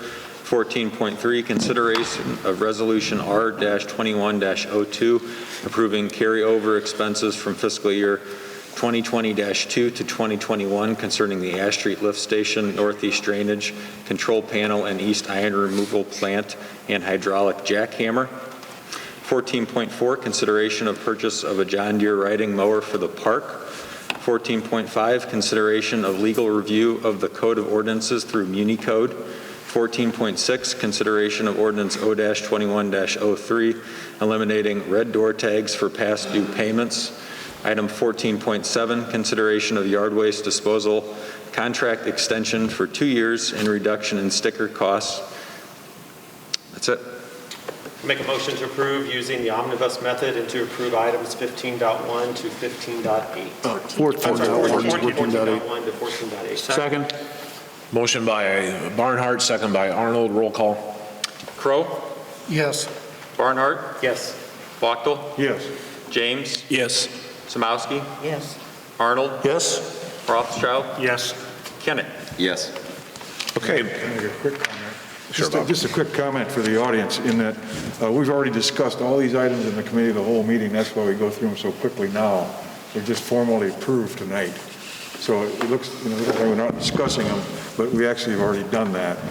So that's why it looks a little quick, but we've done it. Okay, moving on to the agenda, item number 15 under administration, 15.1. Pay application number 1 for Vissering Construction Company in the amount of $78,837.09 for the wastewater treatment plant. Motion to approve pay application number 1 for Vissering Construction Company in the amount of $78,837.09 for the wastewater treatment plant. Second. Motion by Arnold, second by Wachtel. Roll call. Barnhart? Yes. Wachtel? Yes. James? Yes. Samowski? Yes. Arnold? Yes. Rothschild? Yes. Kennett? Yes. Crow? Yes. Okay, motion carries. 15.2, consideration of street milling bid. Motion to award the contract for 2021 various streets milling to Valley Construction in the amount of $27,672.70. Second. Motion by Arnold, second by James. Roll call. Wachtel? Yes. James? Yes. Samowski? Yes. Arnold? Yes. Rothschild? Yes. Kennett? Yes. Crow? Yes. Barnhart? Yes. Okay, motion carries. Item 15.3, consideration of ordinance O-21-04, an ordinance authorizing the issue of taxable general obligation bonds, parentheses, alternate revenue source, Series 2021 of the City of Geneseo, Henry County, Illinois, in the aggregate principal amount not to exceed $4,200,000 to finance the cost of portions of the unfunded accrued liability, actuarial liability of the city's police pension plan. Motion to approve. Second. Okay, motion by Wachtel, second by Arnold. Is there any discussion? Okay, roll call. James? Yes. Samowski? Yes. Arnold? Yes. Rothschild? Yes. Kennett? Yes. Crow? Yes. Barnhart? Yes. Wachtel? Yes. Okay, motion carries. Moving on, 15.4, consideration of ordinances O-21-01 and ordinance O-21-02 for video gaming. I'll make a motion to approve ordinances O-21-01 and O-21-02. Second. Motion by Rothschild, second by Arnold. Now I'm sure we have discussion. Yes. Are we going to go round robin? Somebody's got to start, feel free. Sure, I'll start. I just want to make a couple comments and again, echo what other people said today. I very much appreciate everybody showing up tonight. Your comments, I've had a lot of people contact me. It's interesting, just not that it matters, but just to make a statement is, prior to the committee of the whole, almost everybody who called me was against video gaming. When I talk to people, people are in favor of it. This time, almost everybody who contacted me this week were in favor of it, and very few people actually contacted me against it, but I also know that people talk to me up front. I know that and I absolutely respect everybody's opinion on the council and, of course, of the public. I am not trying to convince anybody else about how they should vote, how they should feel. I'm just explaining my own feelings. I've had a number of people, both in the public, mainly the public, say, well, the majority of citizens in Geneseo are against this. I'm sorry, folks, the evidence is the exact opposite. There was a referendum, and the wording of the referendum was, should video gaming be prohibited in the city of Geneseo? And the citizens of Geneseo voted not to prohibit this. The majority of citizens voted against prohibiting video gaming. The council at that time felt that it was flawed and that people were confused, and I'm not disputing that, but I struggle with people coming to me and say the vast majority of people are not in favor of this. The only scientific evidence we have says the exact opposite. There is this feeling that we are doing this, and again, I'm speaking for myself, that this is a revenue source. We're trying to get revenue for the city, and that's true to a certain extent. Like that's been commented here, I'm looking at the businesses who are losing customers and the people who are not going into a restaurant and buying food and buying drinks, and they're going someplace else. And I'm looking at this as a loss to Geneseo's future. And I just firmly believe that if Geneseo stays stagnant, I think there was a comment made earlier about, years ago about, liquor licenses and the public, a certain percentage of the public not wanting that. That is now a vibrant part of Geneseo. People come here from miles and miles around to go to the breweries. The Geneseo Brew was featured this last weekend talking about the International Women's Day, and they had a whole event. It's a very positive impact on our community. And I'm sure that there's people in the audience who would say, I would love nothing more than to get rid of alcohol in Geneseo, and that's fair. I'm not pushing back on that. I am just a firm believer that as an adult, and I'm sorry, high school students are not going to go video gaming. It's against the law. They have to be 21. And you're not even allowed to have the games in sight of a minor. Like at a bar, has to have it in a different area, separated out. You're not going to have high schoolers in playing video games at a bar. It's illegal. As an adult, I have the right, if it's a legal activity in the state of Illinois, to participate. Prostitution is not legal in Illinois. So when people make comments like, well, what are we going to allow next? That's not even, that's not even on the table. I've heard people say, well, I'm going to, if you guys pass this, I'm going to leave Geneseo, move to Iowa. Iowa allows this, folks. It's allowed video gaming longer than Illinois does. So I don't quite understand this mindset of, if this is going to pass, I'm leaving Geneseo. And especially going to Iowa, which is far more prevalent for gambling than Illinois ever has been. So I just want to throw it out there. Again, I am very pro-business. I feel like we are throttling our businesses. We are creating a competitive disadvantage. And as an adult, it's my right to choose how I act. And if I choose to go to an establishment that allows it, that's my right. If I choose not to go to an establishment, that's my right. It's not my place to dictate what other adults do. So that's just my statement.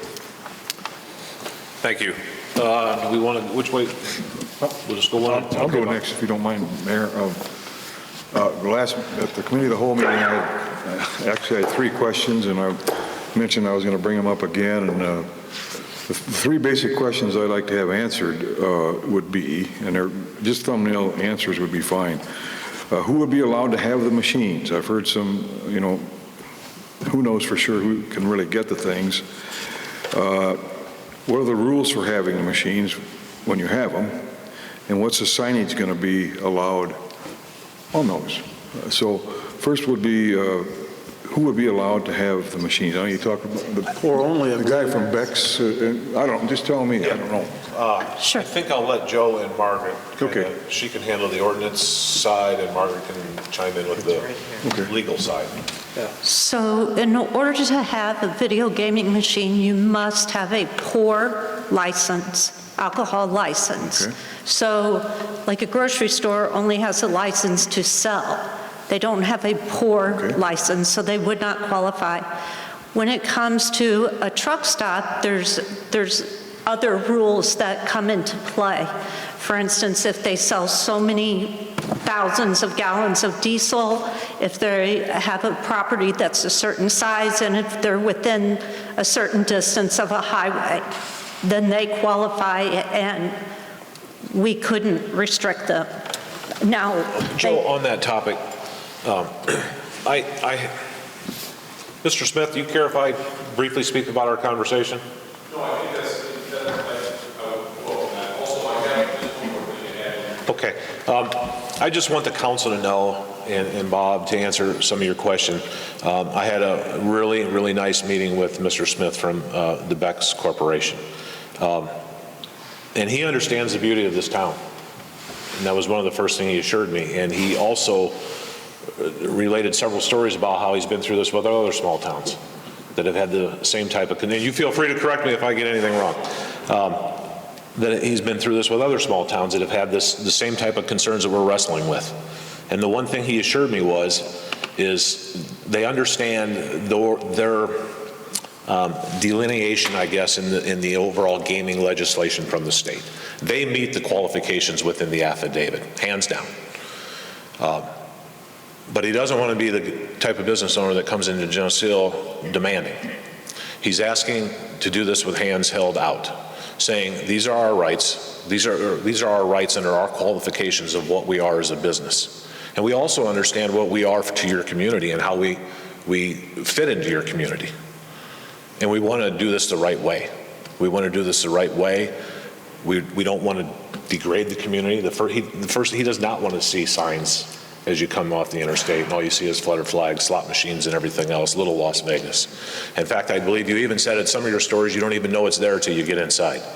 So they're very much appreciative of that. So I guess I just wanted to add to Joe's answer about who would qualify, and I believe Margaret would agree, and we don't need to get too far into the depths of the legality, but travel plaza truck stops like them are kind of handled differently by the state. And there's been I've had some discussion with members of council of exactly how broad those legal reachings are.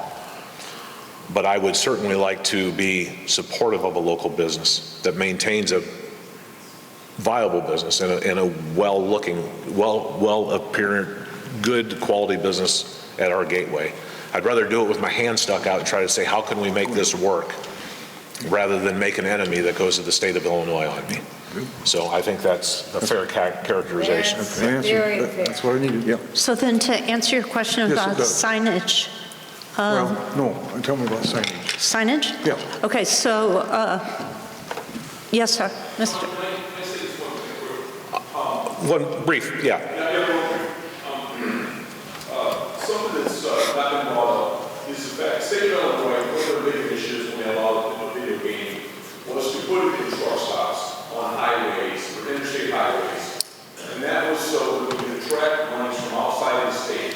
So that's one of the reasons why you have to have a pouring license, or you have to have 3 acres and 50,000 gallons of truck diesel when you within 3 miles on the interstate highway. And that's a big share of the monies that the gentleman spoke of earlier, that go into Princeton and they go into Geneseo, are monies that are traveling from outside of the state, outside of the area.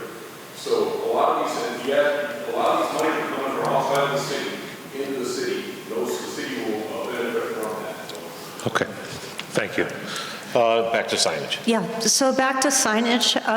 The signage for this type of business or this attribute at a business is the same as any other business signage. So you can't discriminate against it, but we don't currently allow in the downtown area temporary signage, with the exception of, they either call them sandwich signs or the bifold signs. We also don't allow, the Las Vegas type bulb neon signs. That's not allowed anywhere. The flutter flags are considered temporary signage, and we have not enforced people that leave them up for extended periods of time until they become, kind of ratty, and then we ask them to replace it. But technically, those are temporary signs that aren't supposed to be up permanently. But kind of like a lot of things, until somebody complains about it, no action is taken. And then as far as windows, you can't cover more than 50% of the glass with signage. And that's for safety with the police. I think I'm correct in saying that. So, yeah, just to expand on the signage, I have talked to Margaret and Dirk probably more over the last 2 to 3 weeks than I have my entire first year as mayor. And really, and again, Margaret, correct me if I'm wrong, they're comfortable with the signage, but signage comes down to enforcement is what it really comes down to. And like Joe related with the flutter flags that have been allowed unless somebody complains of that nature. So I think it comes down to us being diligent in our enforcement if it becomes a problem, number one. And number two, a few of the bar owners that had conversations with me, I just want to relate, also conveyed to me they appreciate the beauty of our downtown, and they don't want to do anything to tarnish that either. So, yes, times could change. Those businesses could turn over, certainly. But I want to say right now, I think we have good assets in our downtown that understand what our downtown should look like. And I am fairly comfortable that I don't think any of them would do anything to degrade that. Now, like I said, times could change. So I've been over signage as much as I can. It really, I guess, for the lack of a better words, comes down to proper enforcement if it becomes a problem. And Alderman, we're still looking at the sign ordinance and looking at ways to maybe tighten it up so that, you can be comfortable that you will maintain the appearance and the integrity and the aesthetic that you love here. So we'll have that for you probably next cow. Good. That's when I made that comment about, keep working. Brett knows exactly what keep working at it. That's what I'm hoping we'll do. And I would agree, Bob. And I think for so many in opposition, a big part of the opposition is the visual aspect of things. Aside from the spiritual morality or the deep conviction, it's the appearance is an important thing to the community. So I can only say that this administration has done extreme due diligence in protecting that. Well, that's where that question came from. There's a certain segment who just, basically concerned about the signage. Yeah. And then the last thing, and great explanations on the first two, appreciate it. What are the rules for having the machines for a business? Just I think I know them, but just. So a business has to either rope off or separate a certain area. They have to have so much room per machine, and no one under the age of 21 can be in that area. Okay. Again, they have to have a pour license. They can have up to 6 machines, but if you're the vendor placing machines, you're not going to place a machine in a place that, it really can't support the gaming of 6 machines. So. Is there something in there about the machines have to be visible from an employee, such as the bartender? Yes. Type of the thing, yeah. I always thought that was a good rule to have. Okay. Right, and Alderman, also in our draft ordinance, there is a requirement that 70% of your sales must be from food and or beverage. The ordinance also prohibits your cafe, gambling cafes or video gaming cafes. Okay. So we have, as Dirk would say, employed the belt and suspenders method so that, we ensure that if we don't achieve your goal one way, we do it another. Yeah. Okay. Yeah, and I know so many on council, we have great experience with Ansel Glink, and I think we all know the job they do for us, and I can only say that, and Dirk and Margaret both have the pulse on what the concerns of this community are from attending all of our meetings. And I think if you really read the ordinance, coming from their perspective, you can see the attempt to put extreme controls on who would qualify to prohibit those ugly types of establishments that I guess we don't necessarily want to see for sure. All right. Thank you. Should we go Martin, and we'll just keep working our way down? Martin, do you have anything? The only thing I want to say is that I hope people understand that Sean and everybody on this council have been tasked with finding ways to get things done. We've always been really respectful of each other. No one, and I'm not speaking for everybody, but no one on this council would do anything to degrade this town. I've been here 42 years. My kids went through school here. My grandkids will go through school here. My wife has a business here. My daughter has a business here. The last thing I would do is anything that would degrade this town. This is a wonderful town, and if I didn't believe it, I wouldn't be sitting here. And I think that as we move forward, I think you'll see the respect that we have for one another, even if we don't agree. Thank you. Okay, Bob James? Just a thing on like truck stops, we're talking the state regulates that, so how does the city and the state? It's, without getting into too big a legal explanation,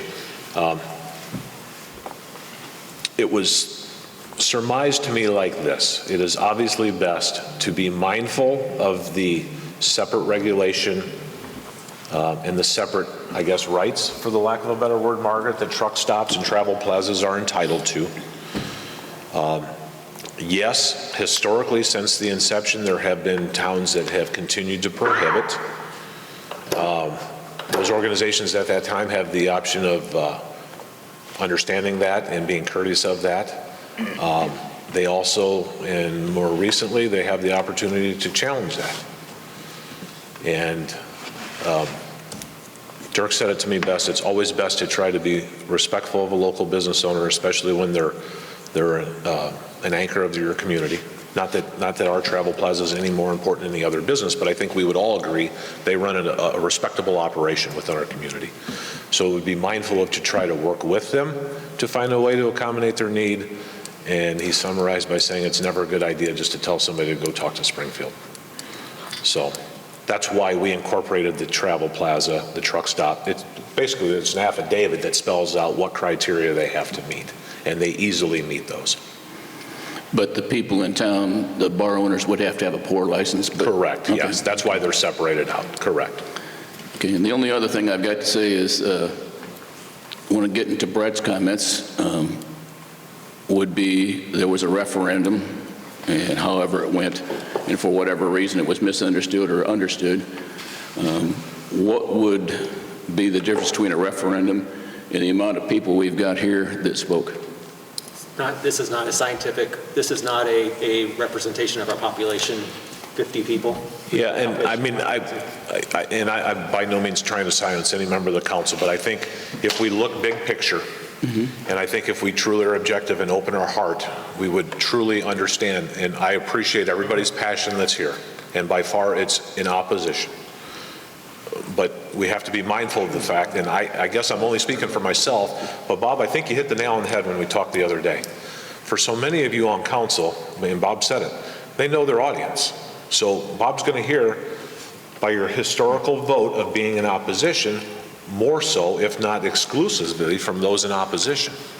And I would suspect some of those that you supported in the past probably got more, if not the only voices of support. I, on the other hand, heard from everyone. And that's why when I talk about the constituents, not that I'm not dismissing any of you guys, I can truly say, and that's why I made my mayor comment, because there is a majority of this community that has feelings about this that are to a varying degree of support, from the capitalistic support to where it should have been done a long time ago, to where we need the revenue, to where we've heard from citizens it's my individual right. Somebody shouldn't be telling me what I can or can't do. I heard them all. So I don't want to, and I'm not diminishing anybody's conversation here, but I think we're just drawing this meeting out if we get into a debate about, well, look at these people, but I heard from these people, or I heard from that. We have a lot of citizens in this community. And I think if anything, I think the referendum vote would probably show what a lot of us experience. We have in essence a split community. And can I make a clarification? I'm not belittling any comments. Again, I absolutely appreciate everybody's comments, but my only comment is understanding what the majority of Geneseo feels. And I worked for a decade for Gallup organization, and their business is scientific polling. And having 200 people or 500 people show up to meeting is not a scientific representation of the community. It's just I'm talking about just purely from a majority standpoint, not belittling anybody's opinion, and I appreciate everybody's opinion. I'm just purely talking about a scientific poll. Well, I understand that, but I also know that if you have 5,000 people in town, you might only get 500 votes. True, absolutely. Sure. Absolutely. So what's the difference in the scientific? Absolutely. Absolutely correct, Bob. I'm good. Yep. Okay. Doug Crow. Well, I just want to say to each one of you that I value all of your opinions. And even though we are evenly split on this, we disagree. I will still continue to value your opinions. My fear primarily is that the state of Illinois, meaning the state legislature and the governor, have determined that the state will be the cartel that controls gambling. And it has invited each municipality to join in. And I just refuse to join the cartel.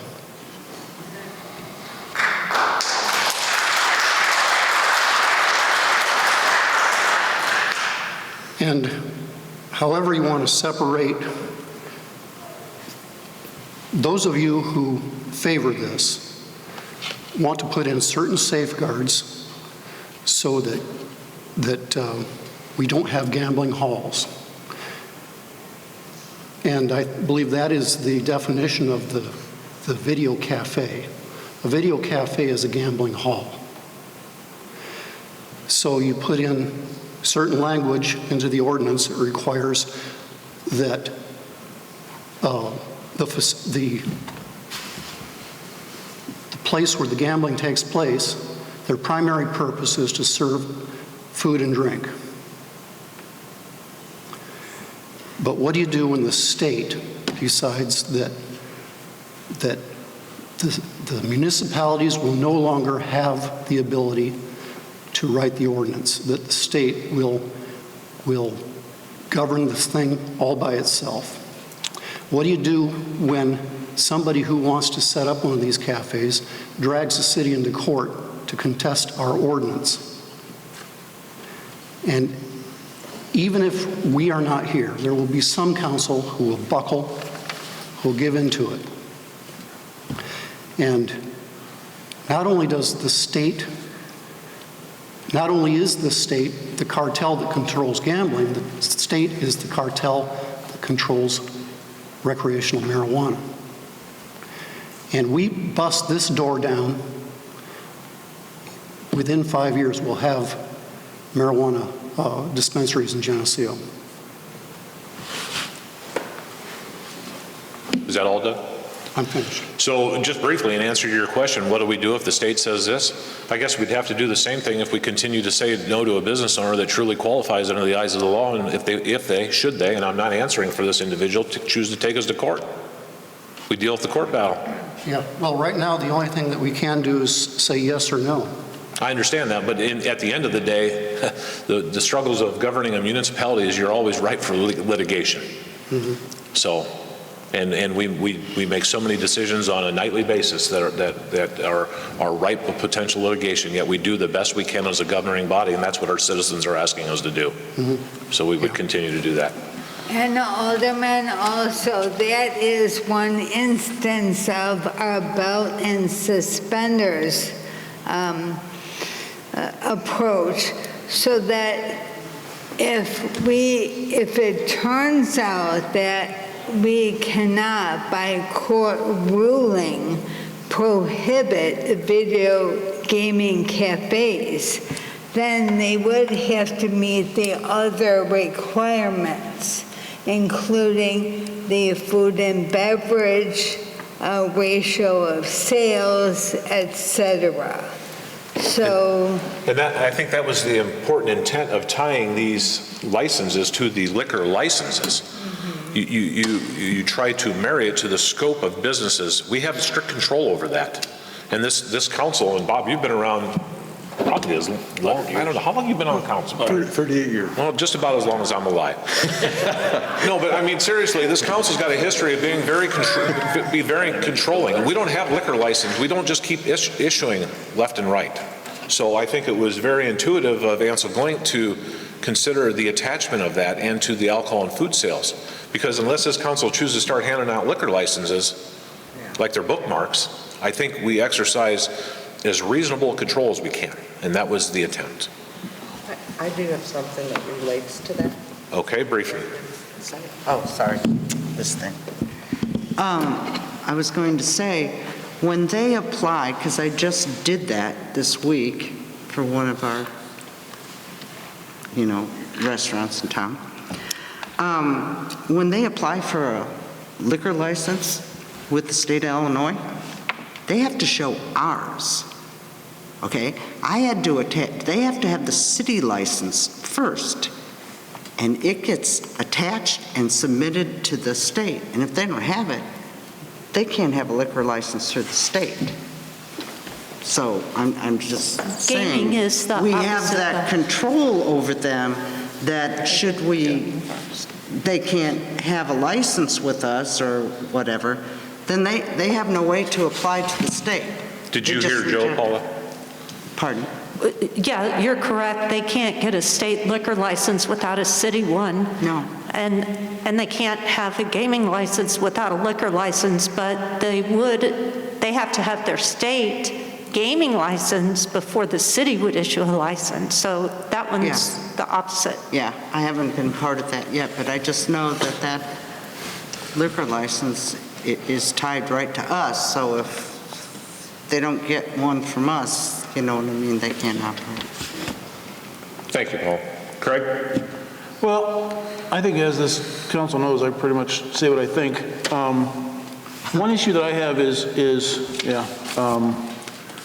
this is a legal entity. Do we allow it in the city? Well, it's like saying some store can sell one thing, but we're going to restrict them from selling something else, but it's all legal to sell. I think the businesses take that risk by, if we approve it or disapprove it, they take that risk whether to have it or not, where the risk of losing all you people or not. And once again, I appreciate everybody coming in, and I wish we had these at every meeting, but it is what it is.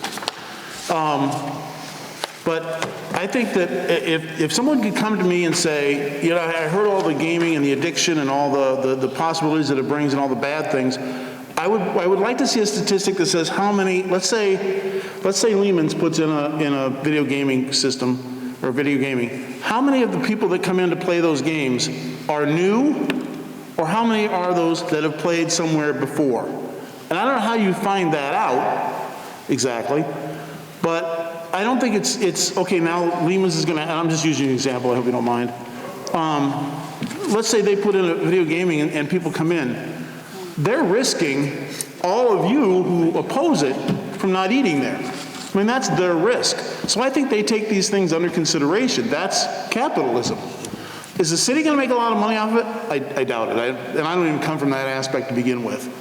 But I just come from it as we need to allow businesses here to be competitive so that the money is spent here. I know that Alderman Kennett had in the letter to the editor, you mentioned the $32,000 that goes to the establishments, but the 60 out of $100,000 that's spent or whatever it was.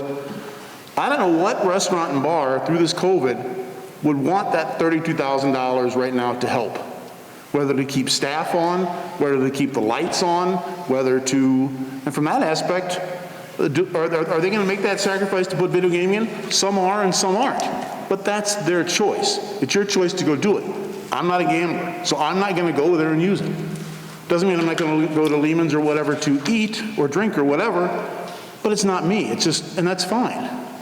But I think each of us has to, in this country, there's a freedom that we get to choose what, as long as it's legal, we can choose to do what we are. We are held responsible for our own actions.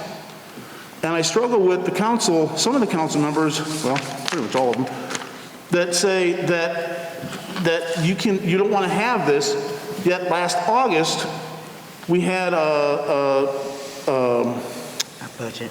Something came up that Joe wanted to extend liquor licenses because somebody wanted to put a packaged liquor license or packaged liquor store, on the strip mall in Oakwood. And everybody here voted for it except me. Now, you talk about attractiveness and how it looks. To me, that doesn't look good. That doesn't make Geneseo look good. But everybody voted for it. So I guess I don't understand. This is something that's so restrictive that Geneseo is going to make minimal out of it, if anything. And if the operators of the bars and restaurants, it doesn't work for them and they start to lose business, maybe they take it out. Yeah. It's not like they have to keep it. Just because video gaming's here and it's permanent doesn't mean that people are going to have it. If it's market driven. If people use it, they'll be here. If it's not, they'll leave. This is my turn. So that's where I'm coming from. I would just like to know those statistics. I would like to know where, and I get all the bad parts about gambling, but there's gambling. I mean, these business owners are gamblers. They're putting their lives, their financial livelihoods on the line, opening doors every day and hoping people come in. And all they're asking for is to have something, have the opportunity to put something in that's legal that would help their business become more competitive. And I guess for that, I support it. My turn? No. No. Keith. Hi, Keith. Well, hi, Sean. Hey, do you think it's fair? And well, after we take a vote, I guess I would ask if you could give me a moment to say something also. Yeah, sure. And I do want to start, and I wrote this down. Most of what has been said here, you all know I agree with. You've read my comments in the paper. You've heard them at the Committee of the Whole. You heard them over the last 8 years and what have you. So I know there's no surprises amongst us. But I do want to say that with the mayor, that, you know, we had a good conversation when we were first elected. We were very upfront with each other, shared our opinions, and I think really on most things we do find that we agree. And my general default is to, you know, we have to work together. We're always better working together as a community. And so, frankly, I'm really not comfortable, you know, having an opposite position from the mayor. But he knows, as well as I do, that it's a opposite position from passion. And I don't doubt that his love of this community is any different or any less or more than my love for this community. And all of our love for this community. And I do want to say to Bill from Beck's, he has been there twice before. We've met in Princeton. We've had conversations. I do respect how you share your views. And in many ways, Princeton is kind of a sister city, if you will, and we do have a lot of common values. And so I do appreciate that input too. And Mr. Lehman and what have you, I do recognize that. But I would take, you know, some exception. I have a good idea probably who some of the business leaders that you spoke with who do quietly support it, but don't want to come out and I would just add they sought me out. Correct. But that said, we have a process. And we have a process that we followed. We've all worked to make this a transparent process. We have all worked, we have asked for public comment, and we've had 4 periods of public comment and what have you. And just because someone may not be comfortable speaking at public comment, it doesn't diminish the value of the public comment. And if people choose to take advantage of the system we created, and yet we give, and I know what we're saying, but we give some implication that somehow that isn't quite as valuable because everyone isn't being heard and what have you. I know what you're saying, Brett, statistically and what have you. But it's the legal system we have. It's the procedure we've had. And I think we should be proud of the fact that we have wanted to do this transparently and that we have wanted to seek public comment.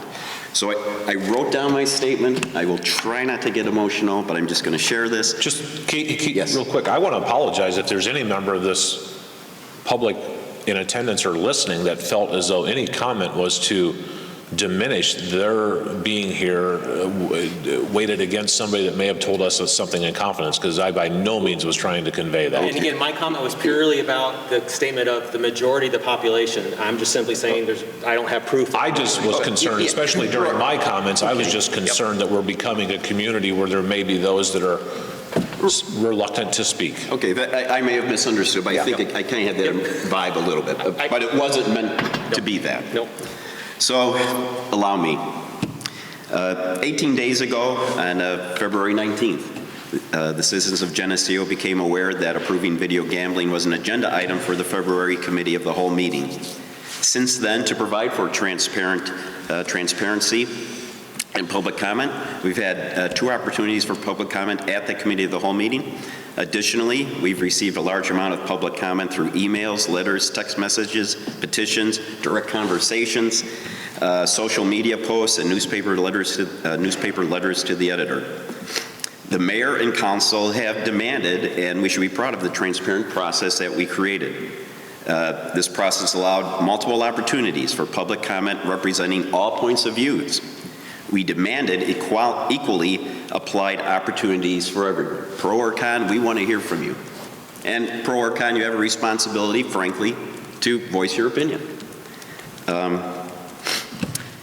Anyway, not to be Nostradamus here, but I think we kind of see where this is going. But tonight, we will be permanently and irrevocably approving video gambling in Geneseo. It will probably be a 4-4 tie vote, and the mayor is going to unfortunately have the task of breaking the tie. Again, our process was transparent. Both sides were given equal opportunity to express their views. Recognizing this fact, however, one could appropriately ask, what really was the point of being transparent, though, and seeking public comment? And I would ask, and if you agree with what I'm saying, I guess I would ask you not really to applaud.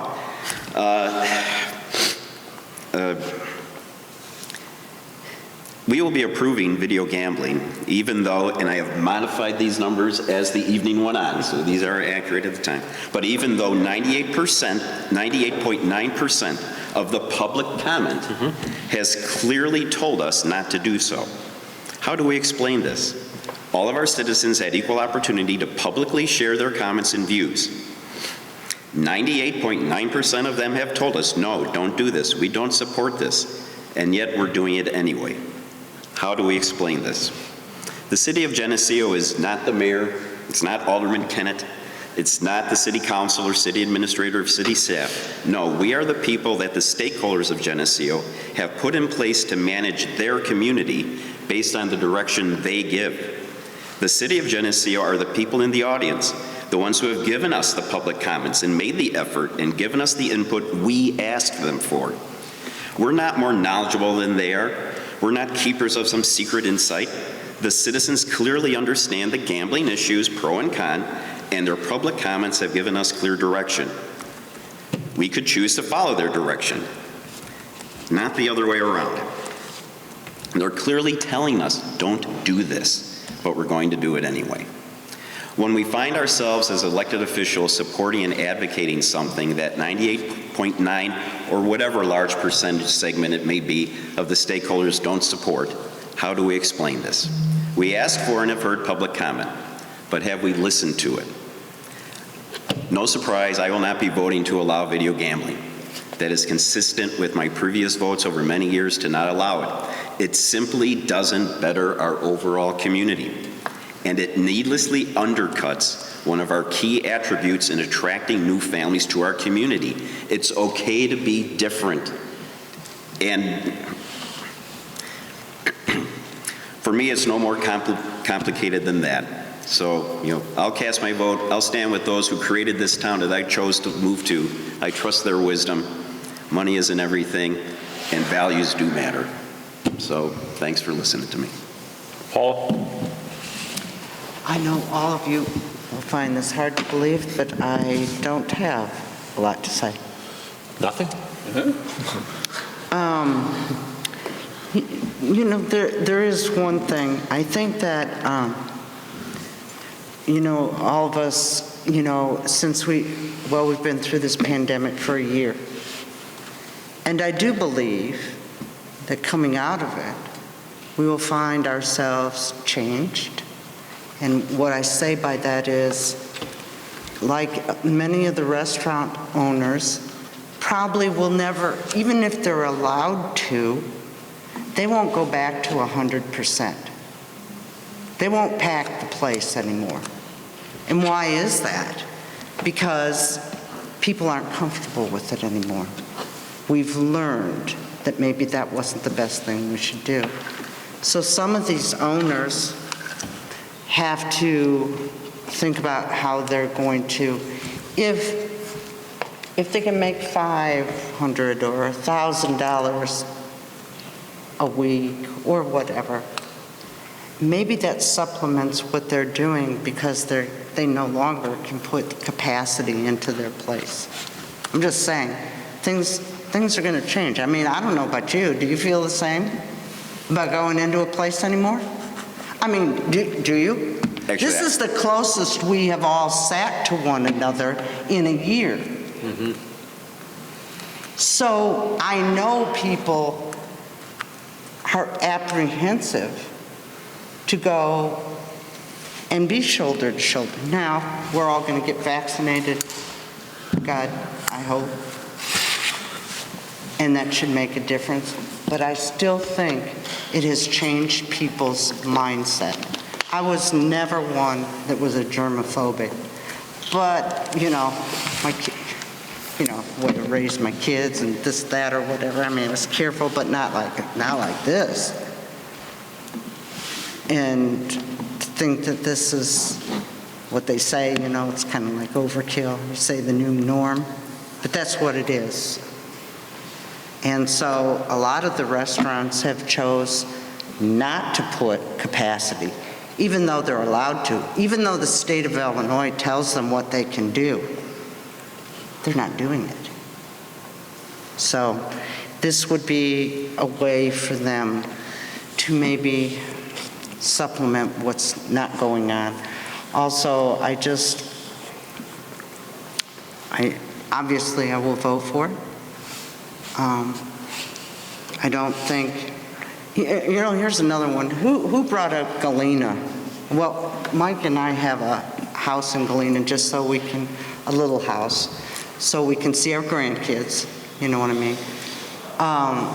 And I said to Susan, I said, when this whole thing started, I said, hey, does Galena have video gaming? And she said, yeah, like, you don't know it's there. And she said, yeah, Mom, you know. Well, I never even noticed it, you know what I mean, when I'd go in there and whatever. I just didn't notice it. So I just, you know, like they said, Bex has the right, you know, what are we going to do? You know? You can fight, you know, we don't have that much control over that. Anyway. Okay. Just briefly, because I didn't actually really have much to say, but Keith, I think I just would like to comment that I don't remember the percentage, 98 or whatever Matthew did is actually an accurate representative number here. But I think it's equally important to point out that in our democratic society, plenty of people choose to call their representative, call their senators, and don't lobby on the Capitol Hill floor. And I am proud that these folks are here, because these are passionate, important members of our community. And thank you for coming, and thank you for giving your input for me to consider. But I think it circles right back to what I said during Mayor's comments. We have to be careful of what we recognize as a voice in this community. And just because somebody's not here lobbying on our steps tonight, it's no different than the person that chooses to call, write, or correspond with their congressman or their elected officials. So I think if we're going to be transparent, like we were talking about, we need to look at the big picture. And with that, I have nothing. Any further comments? Any further discussion? I'll call the question. Do we have to vote on that? Honestly, I haven't done that in decades. I don't think we've ever done Just do the motion. Yeah, make your. We already made the motion. Motion second. Call for the vote. Already seconded. Just restate the motion, would you? A yes vote means what? Who read it? Motion Yeah, it's a first for Rothschild, a second Just for clarify the motion. Yeah. He read it, and I seconded it. It was Brett, we had a motion by Barnhart, or Rothschild, second by Arnold. So the motion was a motion to approve ordinance 02120, no, I'm sorry, I'm the wrong one. Oh, motion to approve ordinances 02101 and 02102. That's it. Yes, correct. Okay, roll call. Samowski, Yes. Arnold, Yes. Rothschild, Yes. Kennett, No. Crow, No. Barnhart, Yes. Wachtel, No. James, No. Mayor Johnson. The last 2 weeks have been a difficult one for me as I wrestled with the decision I'm about to make regarding the future of video gaming. The decision was most difficult for me because at its core, the debate in the community has been mostly founded in the beliefs of morality. The topic of morality has been a difficult one for communities across our great nation for ages. The issues of morality are especially difficult for governing bodies because By their nature, morality is unique and specific to every single one of us. We all may share a common belief as a group of individuals within our community, but even within that group, there will be variances and distinctions made on the individual level with regards to exactly what that belief means to them. At the end of the day, none of us are the final judge to these many questions. We are all guided by our beliefs and build our lives around them. No elected official takes the office wanting to legislate a person's morality. That is not the job of governance. Listening to the beliefs of our citizens, however, is at the core of an elected official's job. One group of beliefs are not more important than another. If that were the case, we would not be a community of one that Geneseo has shown itself to be.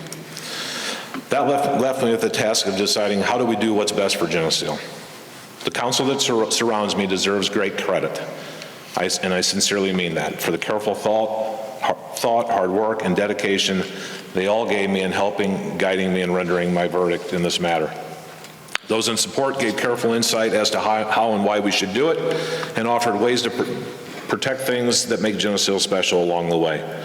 Equally important to me as mayor, as I worked through this decision, were those that were in opposition.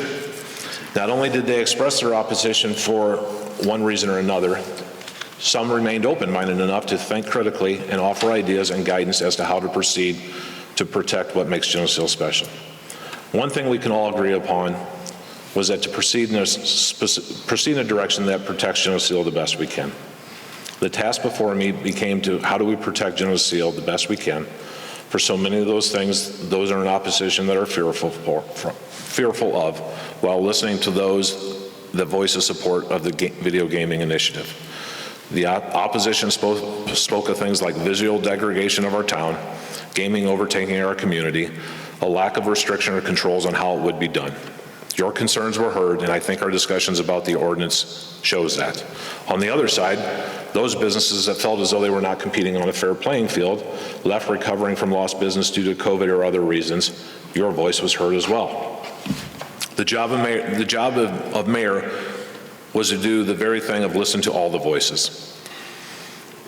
I feel as though the ordinance before us tonight strikes a common ground between the two.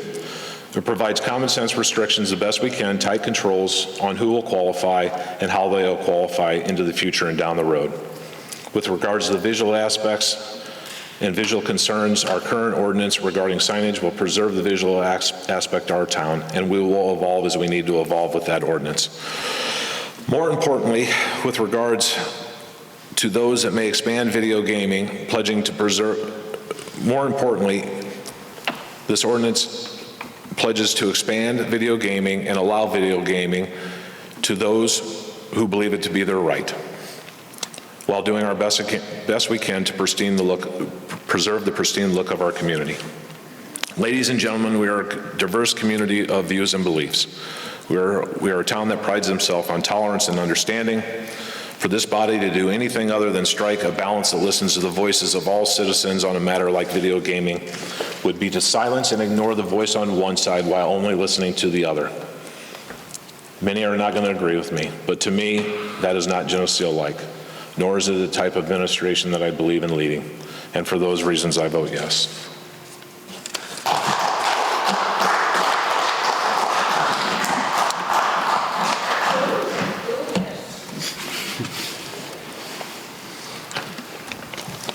Okay, moving on the agenda, item number.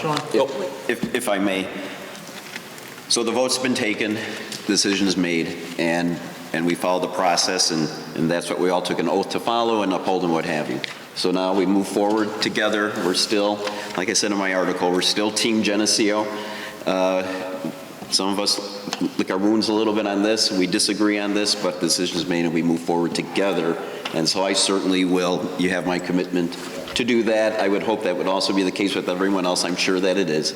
And try to, we'll do everything we can to, address the concerns about allowing And Keith, I appreciate those words because I knew it in my heart as I thought about this matter that I know the people that I am surrounded by, and I know we will. And Bob, we talked about this, and we'll pick up and move on. So, I second that motion. There you go. Moving on the agenda, payment of city and utility bills. So moved. I only have one. She's got a question. Okay. Sorry. What's Jamie's gone, the Illinois Environmental Protection Agency that what did we have to pay them for? I don't know. Paula, we can't hear you. Would you speak Okay. closer or just pull down so we can hear you? IEPA. I think Eric heard you because he's coming this way.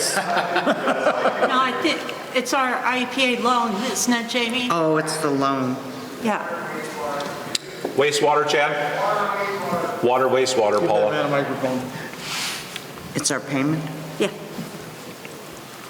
I think that was it. Motion to approve the city bills as presented? Motion by Arnold, second by Wachtel. Roll call. Arnold? Yes. Rothschild? Yes. Pettit? Yes. Crow? Yes. Barnhart? Yes. Wachtel? Yes. James? Yes. Samowski? Yes. Okay, motion carried. We're going to do public comment then? Okay. Okay, there is a minor modification to the agenda, so we are going to do public comment at this time for all other related items that didn't pertain to the agenda, but we will be adding a brief executive session, so nobody go nowhere. Yeah, we are. Under the advice of Margaret, we are. Yeah. Just. Second. City ordinance allows members of the public to speak and give input up to 3 minutes during public comment. There can be no debate or action by the city council at this time. You may email your comments to administrator@cityadministrator.com or text to 309-944-0915. Are there any members of the public with any public comment to any other related items? Okay. Motion to adjourn? No. Sorry. That being the case, I'll have to ask the members of the public to step into the lobby if anybody's choosing to wait around for an elected official or something. Yeah, and we will need to cut the public feed for the executive session.